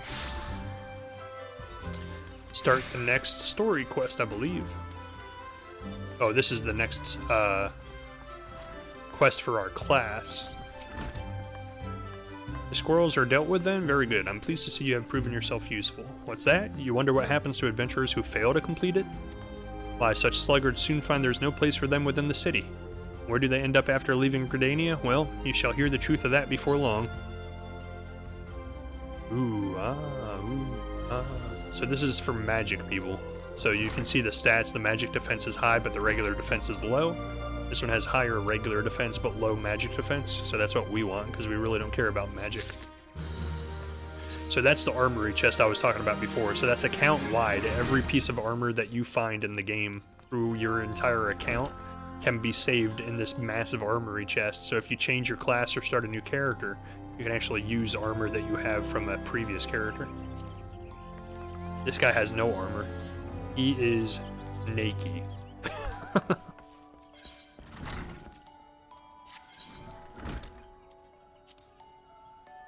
Is that what I just got? No. Unequip. Get that out of here. Now I'm naked. Ah!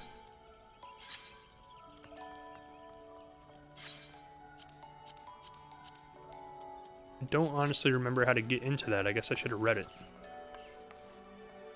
My bad.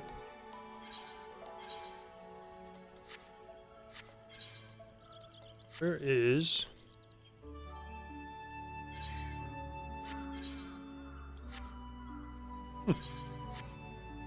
I guess I should have probably read that, huh? Where is my armory? My armory. There we go. Hey, that's not what I caught. Where's the one you just gave me? Oh, it was feet. Gotcha, it was shoes, not pants. There we go. Now we're no longer naked. Are you standing next to someone in a diaper? Oh, that's just his underwear.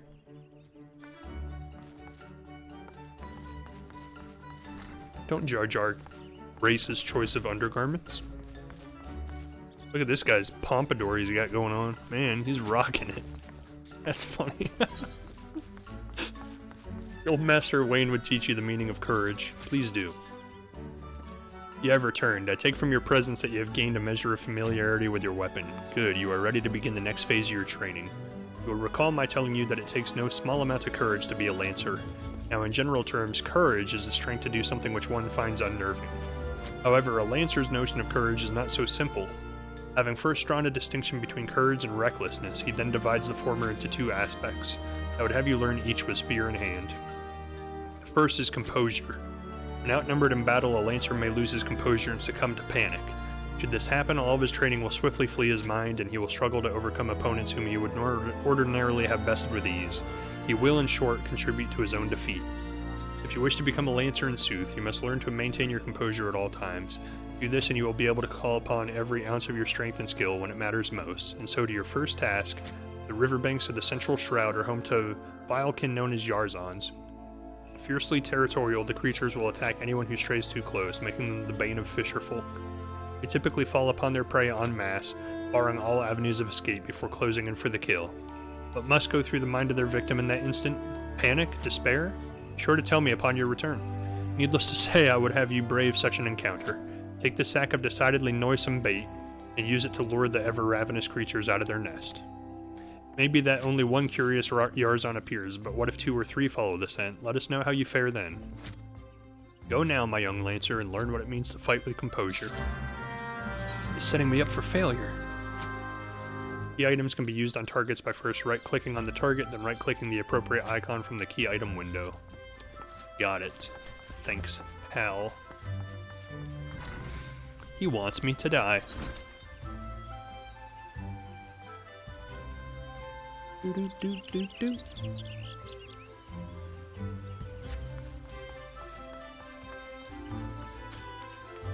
So let's see where... Spear of the Fearless. We want to go to New Gridania. Archer's Guild. That's where one of our quests are.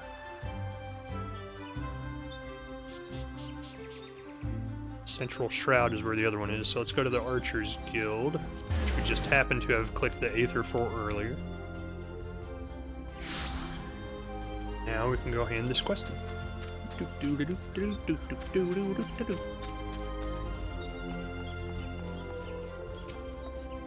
Well, the fledgling adventurer returns, and none the worse for wear by the look of it. You may yet be of use to this nation. On behalf of Gridania, I thank you. No, thank you. I like the eye patch. Oh my god, what's happening? Life Surge ensures critical damage for first weapon skill used while Life Surge is active. Effect cannot be applied to damage over time. Absorbs a portion of damage dealt as HP. So if you use this first, and then use another attack, the attack you use after this will automatically crit. Plus, this absorbs HP from the enemy, so that's pretty cool. And we got an eye patch, so let's do that. Let's do eye patch.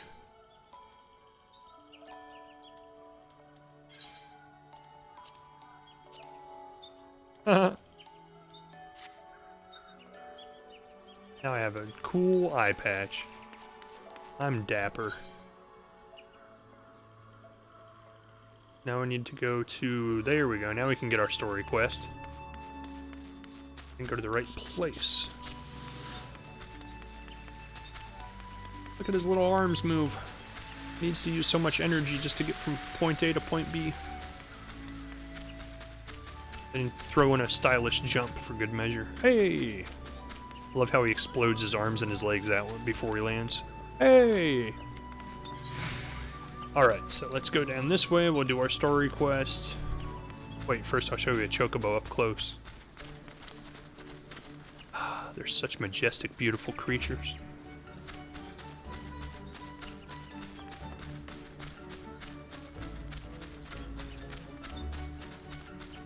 Ah, the chocobo. Pudgy Pudge. Mother Miyun, tell me, what is next in my story? Miyun wishes to send an adventurer to the instructor at the Bannock. Bubby, have you visited the Bannock on your wanderings? It is a training ground found just outside the city where the soldiers of the Order of the Twin Adder are drilled in swordplay and other martial matters. I mention this because an acquaintance of mine, a gentleman by the name of Galfred, is an instructor there, and I think you may be of use to him. Go and introduce yourself and find out if there's anything you can do to help. Mind you, do not stray far from the path. The 12's Wood is no place for merry strolls through the underbrush. Okay. Where's that at? That is also in the Central Shroud. So we'll just head there. Both of our quests are right there. One of my favorite parts of playing this game is that it has Final Fantasy music in it. Final Fantasy has some of the best video game music of all time.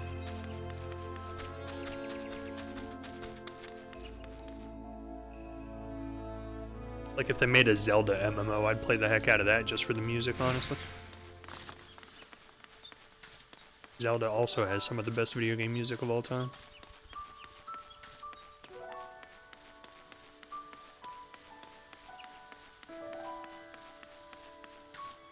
Walkie. So what we can do while we're here is first try our new move.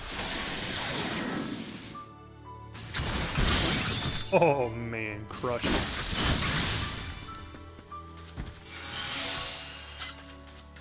Second, find the nearest aetheryte and click it so we don't have to walk all this far again next time we come down here. Not that walking is necessarily a bad thing, but it's a lot of downtime in between point A and point B. Greetings, Bubby Roosk. Miyun sent word to expect you. My name is Galfred, and I am responsible for training our Twin Adder recruits. Thank you for volunteering your assistance. The 12's Wood is much changed since the calamitous arrival of the 7th Umbral era 5 years ago, so these are all other players, by the way. Well, this guy is. Thought I saw another one running around. Yeah, that guy right there, that guy right there. Everybody with the blue name is another player. So there's a lot of people in the beginning area. Power of the elementals wanes and the harmony of the forest gives way to chaos. A great abundance of life has been lost as a strong run rampant, stifling the weak and the new sprung. Though it may not appear so to the eyes of an outsider, the 12's Wood is ailing, its once rich variety of fading memory. For the citizens of Gridania, the restoration of the forest is a sacred duty. It is my hope that adventurers such as you will offer to aid them in their struggle. Listen to their requests and do all that you can. May the elementals bless your endeavors, Bubby Roosk. So essentially he's saying that the world around us, like the wilderness and the forest and the wildlife, is all dying away. Like it's our job as one of the citizens of this world to go out and help the livestock and the people of the world to bring it back to its former glory. That's a big part of the story. Alfred, chief instructor at the Bannock, wishes to inspect your equipment and thereby gauge your readiness for future missions. I see you are eager to lend a hand. That is well, but I cannot in good conscience send you into the forest until I have established that your equipment is equal to the task. Bears repeating that in the 5 years since the dawn of the 7th Umbral Era, many of the 12 Woods creatures have transformed into vicious, bloodthirsty monsters. Venturing into the forest without the proper gear is tantamount to suicide. I suggest you take some time to evaluate your equipment. Once you deem your armor to be of sufficient quality, present yourself to me for inspection.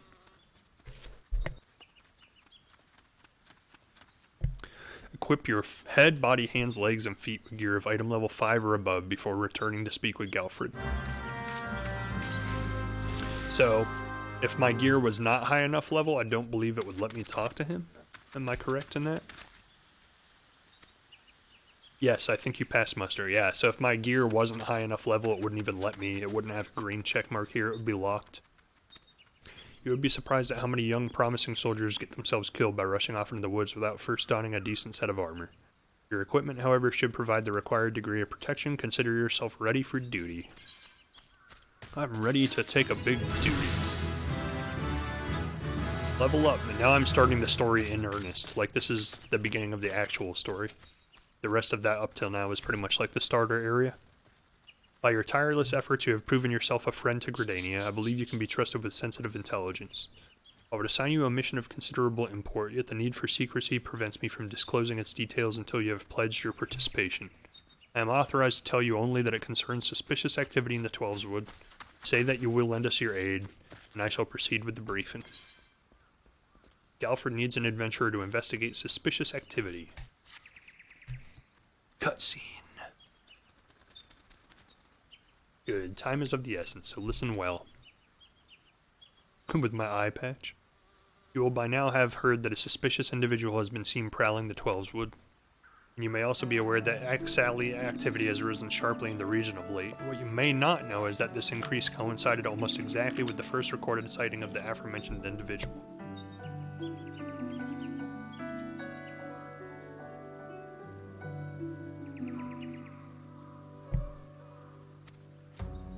Suspecting a connection, we tightened our surveillance in hopes of tracking down our unknown visitor. Alas, our query is proving to be exceedingly elusive, almost as if he knows our movements ahead of time.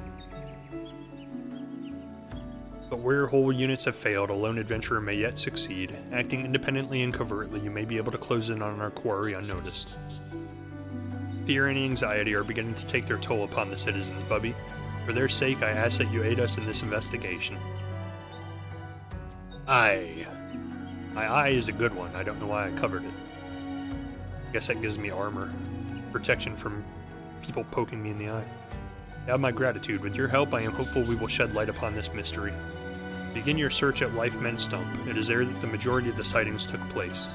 Be forewarned, my people cannot offer you support, lest our quarry catch scent of our presence and evade us yet again. Proceed with caution. So here we go. Pursuing the actual story.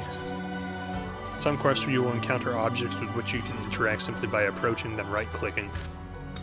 Yep. So that is going to be...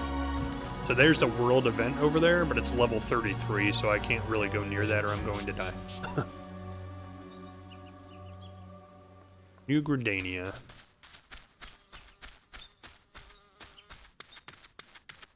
I need to go this way. Oh, messed up. Where was the... I never did click the Aethernet. Let's go over and get it.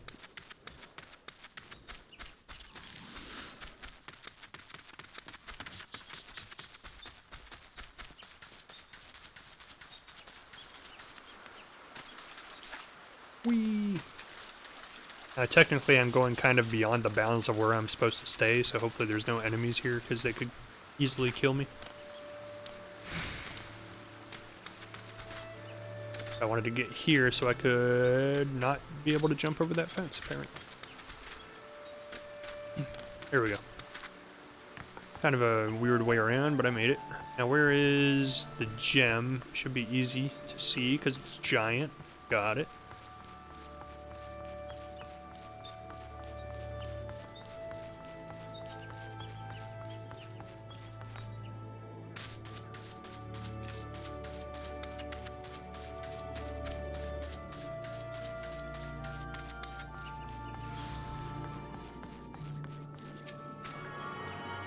Touch it, Bubby. Touch it. You know you like it. So now that I'm high enough level, I've earned the ability to teleport. So instead of having to actually go to one of these and click it and choose one to go to, I can teleport from any spot. I guess it's because I clicked another main aetheryte shard is why that happened.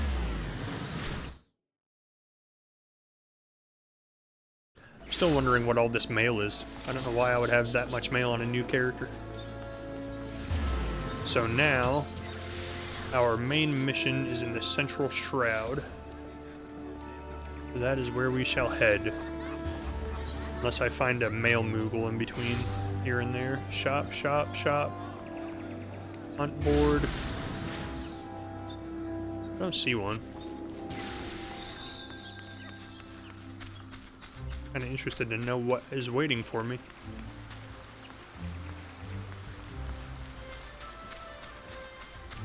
Is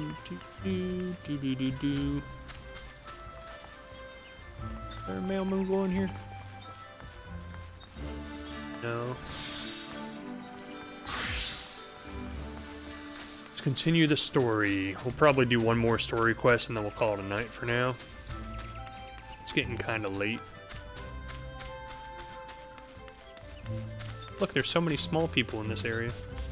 I feel like I belong. Aw, come on. Ah, come on.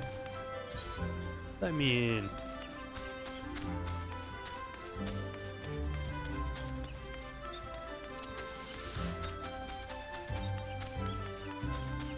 Whee. See, is there a...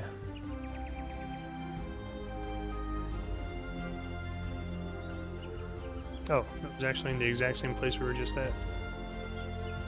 Alright. Now, later on in the game, you do get mounts, but the mounts actually don't make you move any... Well, I won't say that. They do make you move a little quicker. It's not like a massive difference.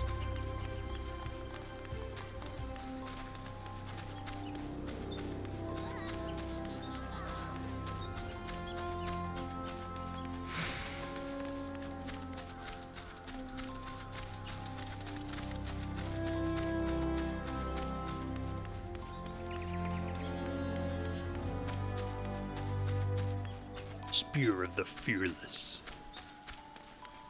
That guy looks so fearless. Looks dangerous. He looks like he could kill you with his bare hands. Outside of mounts, can you have pets? Yeah, actually, on my account, I have tons of pets from the other character I played as. But because I am not high enough level to use pets with this character yet, I can't look at them until I get high enough level. Excuse me. So before we get off the stream tonight, I might actually just get on my other character real quick to show you all kinds of weird stuff you can do once you get higher up in the game. Like, that's what all the little baby chocobos are that you keep seeing following people around. They're little pets. They don't do anything. Like, they're not actually, like... Gameplay-wise, the pets don't really do anything. They're just aesthetic. Whereas in Black Desert Online, you can actually get pets that, or in some other games that are MMOs, you can get pets that you can actually send out to, like, find loot and do stuff while you're offline. Like, your pet can go out and accomplish things while you're offline. But in this game, the pets are literally just aesthetically pleasing, I guess. Let's see if we can kill this dude. He's about our level, so he's going to be a little bit more difficult than the squirrels and the ladybugs. Did I say more difficult? I meant he's totally dead. Nope, don't want to attack that. Attack this. Did that in the wrong order. So you'll see if he survives longer than his friend did. Like I talked about earlier, that there's attacks you have to dodge. So that right there, if I didn't move, that would do like a massive amount of damage. And as you get further in the game, you experience more and more of that. Just these starter bad guys don't really do it too much. And in the dungeons and stuff, when you fight bosses, it's like constant like area of effect stuff happening all over the screen all the time.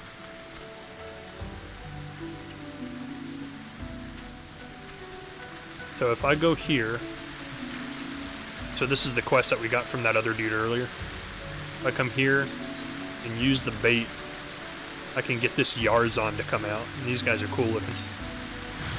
Yeah, the pets are just for fun. They're not useful in any way. Not to be rude to the pets, but they're really not.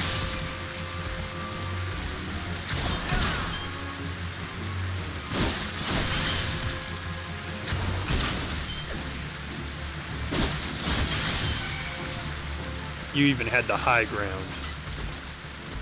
You're worthless.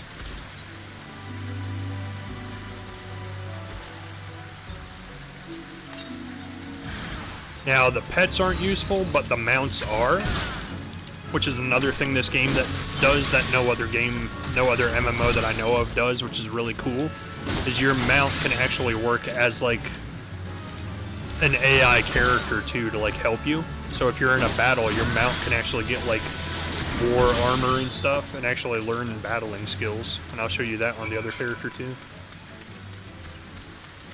I think my quest is behind the waterfall? No, it's above the waterfall.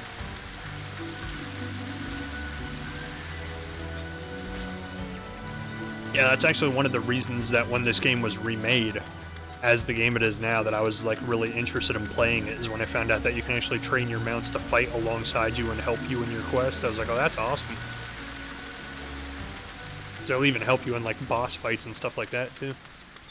There's certain fights that won't let you use them in, but for the most part you can use them in almost the entire game. Investigate a life mend stump. Look, somebody else is on the same quest. He almost looks exactly like me.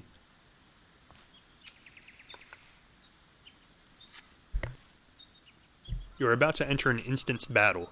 Instance battles only occur during certain quests and missions, usually story missions. Take a moment to read the information displayed in the active help window before answering the call of duty. You are about to enter a special instance. These areas are reserved for important battles which feature unique environmental conditions or powerful bosses. Instant objectives can be confirmed in the duty list. So instance battles are battles made specifically for you and you alone. Even if you have people in a group, sometimes they can't come with you because it's meant to be played with one person. So level 9 is the recommended level. I'm 7. We'll try it, see what happens.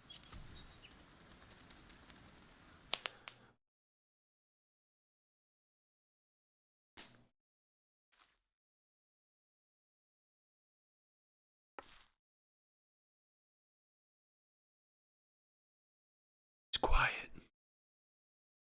Too quiet. Look, someone's already here.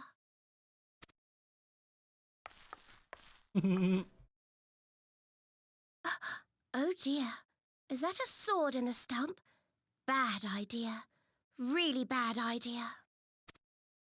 It takes a lot less than that to incite the green wrath, you know. Why, the first time we came to the 12's Wood, we almost ended up as a trillions dinner, just for crashing our airship in the wrong place. It was all Popolimo's fault, of course. Though, he'd sooner swallow his staff than admit that he's wrong. No, not this one. Not even close. Keep up. You know him, Kuplo Cop? So, like, speaking of pets and mounts and stuff, that's one of the things people do in this game other than just, like, the story and quests. Some people make it a personal objective to try and get every pet and every mount in the game. And you can get achievements and extra experience for doing it, too.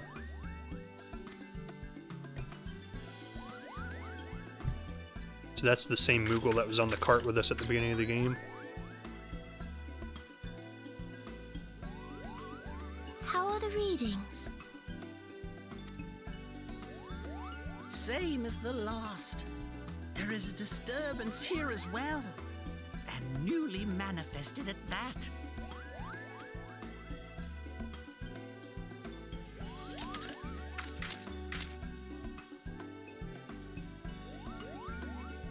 Kuplo Kop seems convinced of your innocence. But if this isn't your doing, whose is it? Ever since the calamity, the forest's been really sensitive. The slightest disruption to the etheric flow, and this sort of thing happens. A giant tree ant coming to eat us all.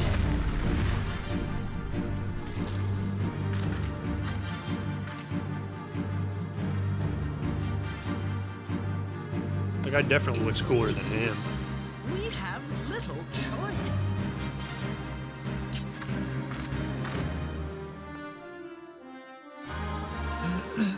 Excuse me. Time to kill or be killed.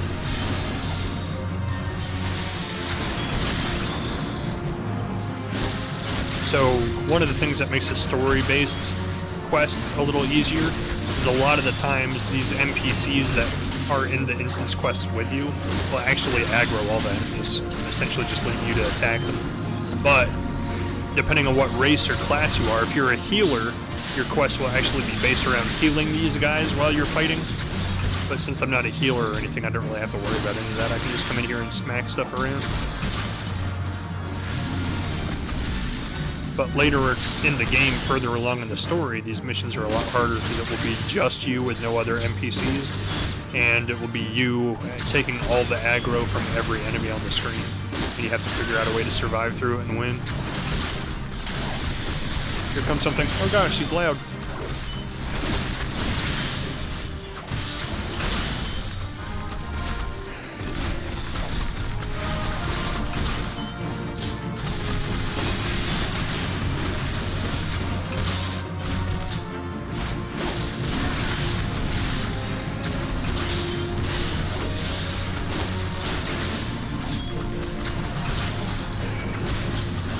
A lot of these story quests teach you like the basics of how to play the game.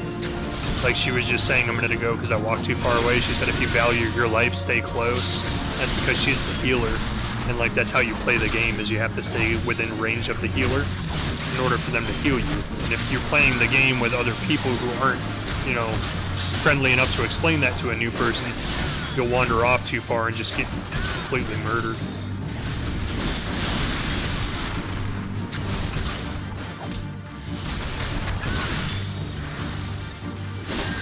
So again, this is one of the first quests, so it's not that hard. Like you can just literally just sit here and whack it until it dies.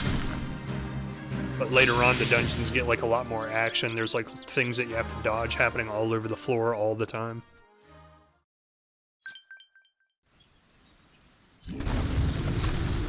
And he's dead.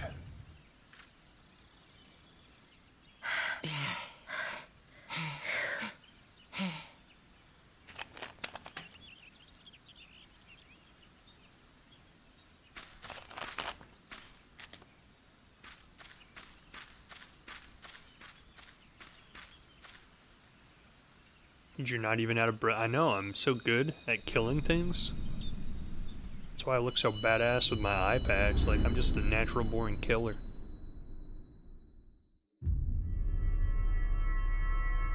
It's what I do.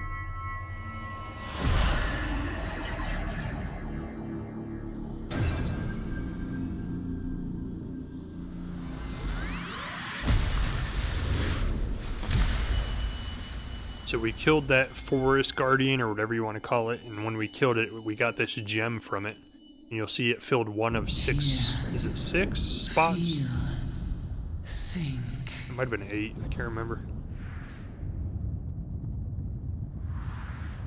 And that becomes like the main story of the game, is you have to go through and find all these weird happenstances that are happening in the wild, where the creatures are acting violent, where they didn't used to, and find like the king of the creatures for each area of the map and kill it, and you'll get another one of the gems that unlocks another portion of that symbol I was just standing in.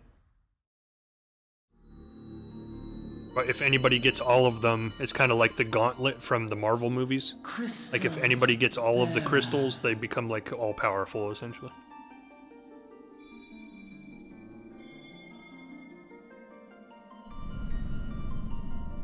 I am Hydaelyn, all made one.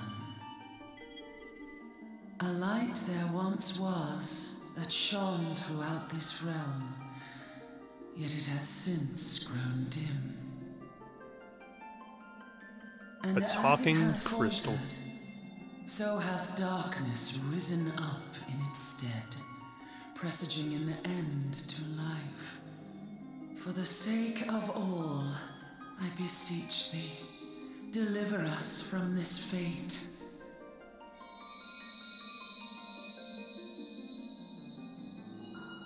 The power to banish the darkness dwelleth in the crystals of light. Journey forth and lay claim to them. But what happens if someone from the dark gets all of the crystals? Ooh.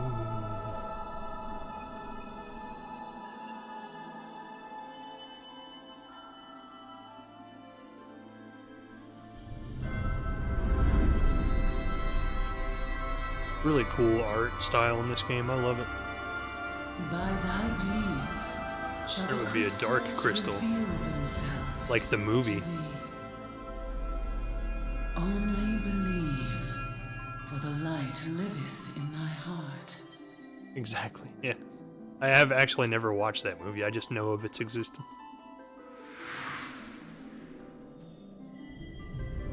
I think I've watched it like a couple of times at babysitters' houses when I was really young, so I remember like bits and pieces of the story.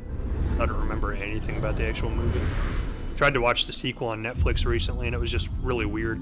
Kind of creeped me out a little bit. I was like, I don't know what the heck's happening. Not worth going back to watch it.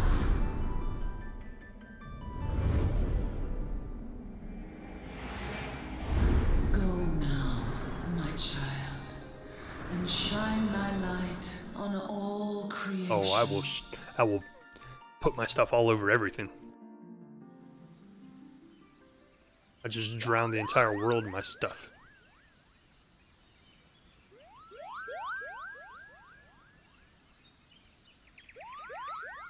You fainted. A surfeit of ether, no doubt. And what have we here? A dead Ixal. Our culprit, it would seem, an Ixal. And no ordinary Ixal either. A chieftain. That they would venture this deep into enemy territory, the beastmen may indeed be acting under orders. So they're making the wildlife act violently This is by Papa embedding Lima. them in these We crystals. found the How are we culprit. feeling then? Or embedding these Is crystals that a in them, I should say. Good. Yes, we'll seek Brother Esumian's cooperation in the matter. Giant crystals? Can't say I've seen any. Tactless. Are Much you the same sure as you're feeling always. better? Understood. Over and out. He's got badass Look, neck look. tattoos. Please bear word of these developments to Brother Esumian. We shall soon return to give a full report. Understood. Over And actually, one of the and big updates that was supposed to come out for this game recently, like it was supposed to come out this month, I think, but it got delayed because of the whole COVID-19 working from home thing, was to, because I mentioned earlier, one of the big complaints of this game is a lot of people think the early leveling is too slow, that they're actually going to have a massive update of the game where, like, the first 30 levels of the game are compressed, so you actually level and get through these story-based parts way quicker. Which I don't think it goes that slow as it is. Like, I'm already level, what, 10? No, Here level is 7. where we part ways. Till next time, take care. But people are so finicky. Love my bleached tips. I think that sword might be a clue. You should definitely pull it out and take it back to the Bannock. Yeah, why don't you tell me not how to run my life, and I won't tell you how to run yours. How about that? Keep walking. I think for brand new players it makes sense to go slow, but I also understand that a lot of people could be impatient.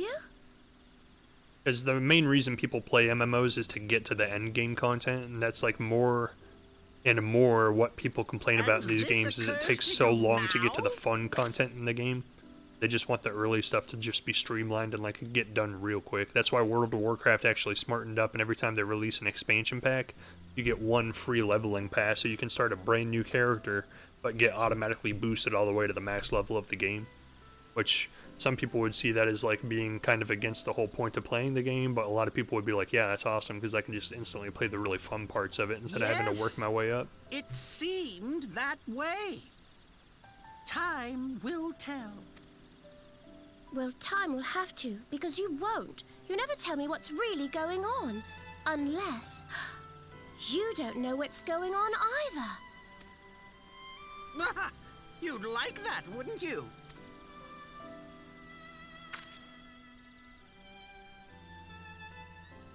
I actually think this game works the same way too if you actually download one of the expansions, because this game already has 3 expansions to it. And I'm pretty sure if you buy one of the expansions, because the expansions are... you have to buy them. But if you buy the expansion, it comes with like a pass to level 1 character. I'm pretty sure.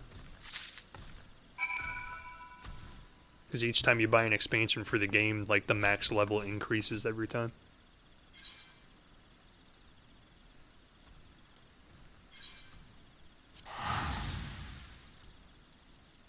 So we're going to go back to this Aetheryte, and then I'll go on to my higher level character, and we'll tool around with that for a bit, just to show you what all kinds of stuff you can do in the game. And then that'll probably be it for tonight. Oh, there's a male Moogle. Greetings, Tall One. I'm a delivery Moogle. Oh, I know what you're thinking. Moogles are supposed to hide in trees and avoid contact with outsiders. Why ever would they agree to carry about letters? Why indeed? If I had my way, I'd be curled up under the canopy of a nice oak dreaming about some beautiful Mooglet with a rainbow-colored pom-pom, Kupo. But no, the moon had to go and drop from the sky, causing all that terrible commotion. Aetherites were shattered and link pearls rendered useless. For moons, the poor wingless people of Eorzea had no way of communicating with each other beyond screaming at the top of their lungs, which no one really approved of.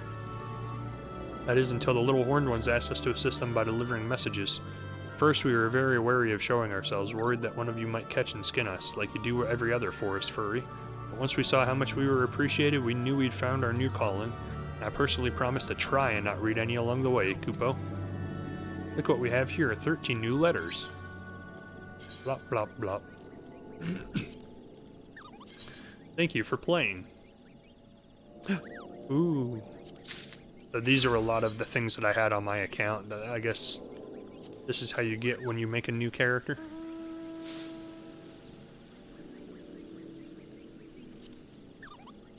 Untradeable items, unique items. There's my hat. Here's my other hat.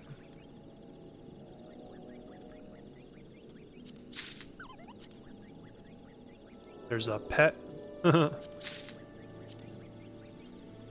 There's another pet. Oh no, that's armor for my chocobo.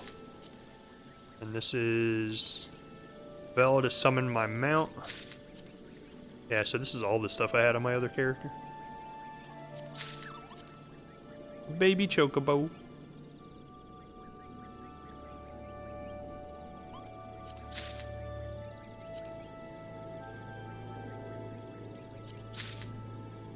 Goodness.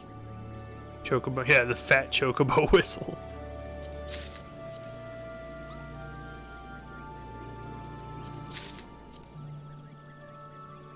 Nice.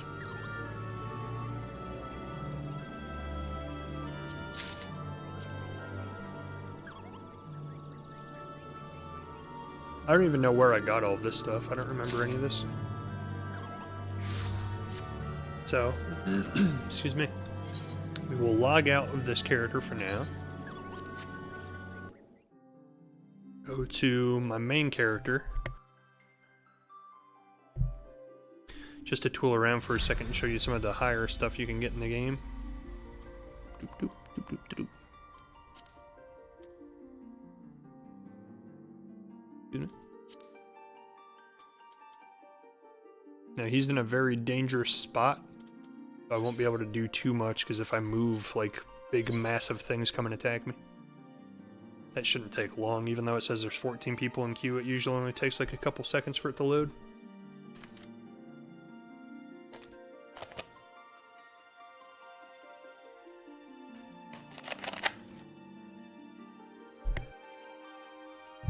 So the maximum level of the original base game was 50.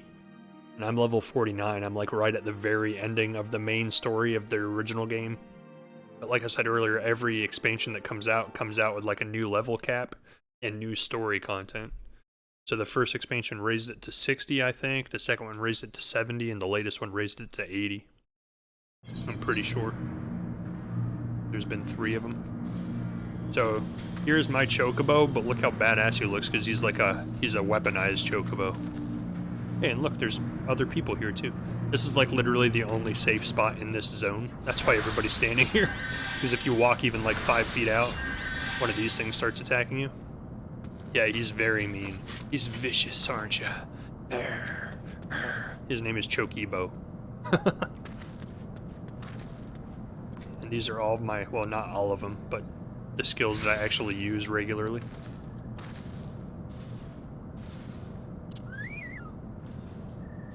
And then I also have my fife.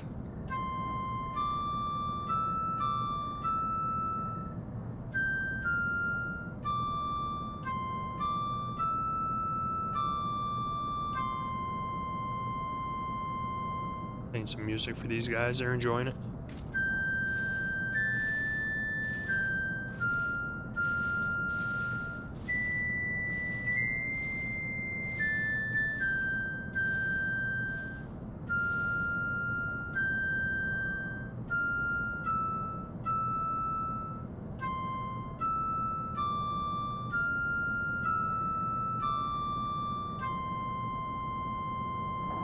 Thank you, thank you. That's my own piece that I composed myself. It's so funny that that's in the game, but I love it. Like, I play around with it so much. Now, how do I get to... Nobody even clapped, huh? Nobody enjoyed it. Oh no, no, don't do that. That's the worst thing we can do. It's been so long since I played this, I forget all of the buttons. Oh yeah. No, stop doing that. My chocobo's like, are we going? We're going now. So, like, this is how... Don't summon things over here. This is how, like, as a higher level person, I can go into the old dungeons, like the beginner areas, like level 15 dungeons, level 16 dungeons. And I can help other new players play the game and get extra bonuses, experience points for it. And this one's called Duty Roulette because it will literally take any dungeon or raid or anything in the entire game and just put them in a random pile or a random pool and just put me in one that people are looking for another person. You'd toss me a quarter if you could. So PvP I've never actually done any of. That's why it's all locked, because I've never actually tried it. I don't even know what it's like. But what I was looking for is...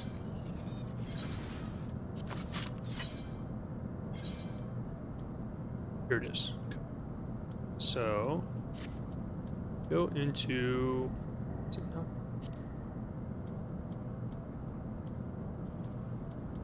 I don't honestly remember how to get to my list of pets.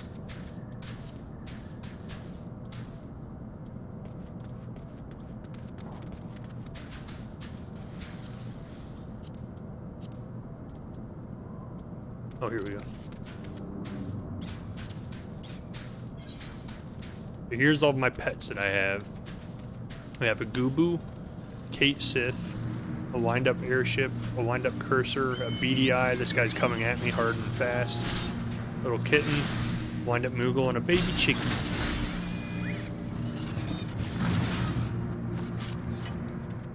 So once we summon them,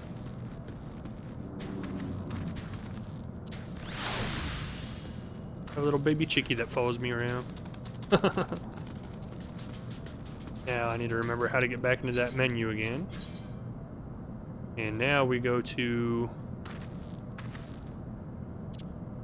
Canyon. Actually, you know what? Let's just keep this here.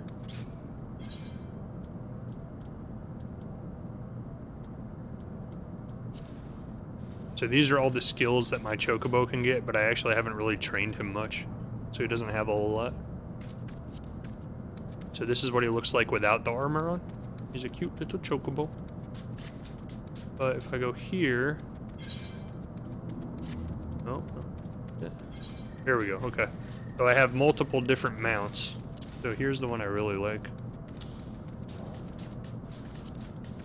I have never been one for like collecting mounts, so I don't have nearly as many as I could. This one just makes me laugh.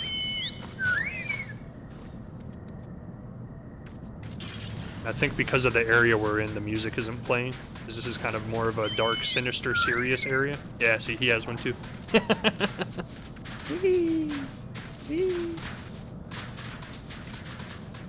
But normally, if you're in an area that has a zone music playing, it will play like this really funny tuba music, like doodly-doo, doodly-doo. I think everybody gets the fat Chocobo because it's just so funny. Big heavy footsteps, yeah. And he can actually fight too. Like he can... There's like a move you can get where you summon your fat Chocobo to like run in and smack people. This is what fighting looks like when you're super high level.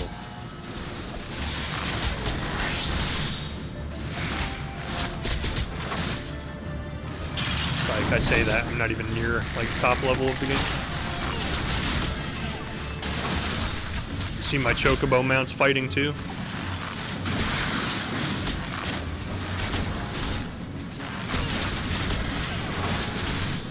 Yeah.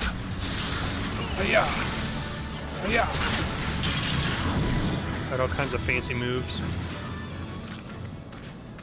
And I'm actually almost max level for this story. I only have like less than 100,000 experience left. And the next main scenario quest is actually the last quest of the game. I can't get to it yet because I have to be level 50. Yeah.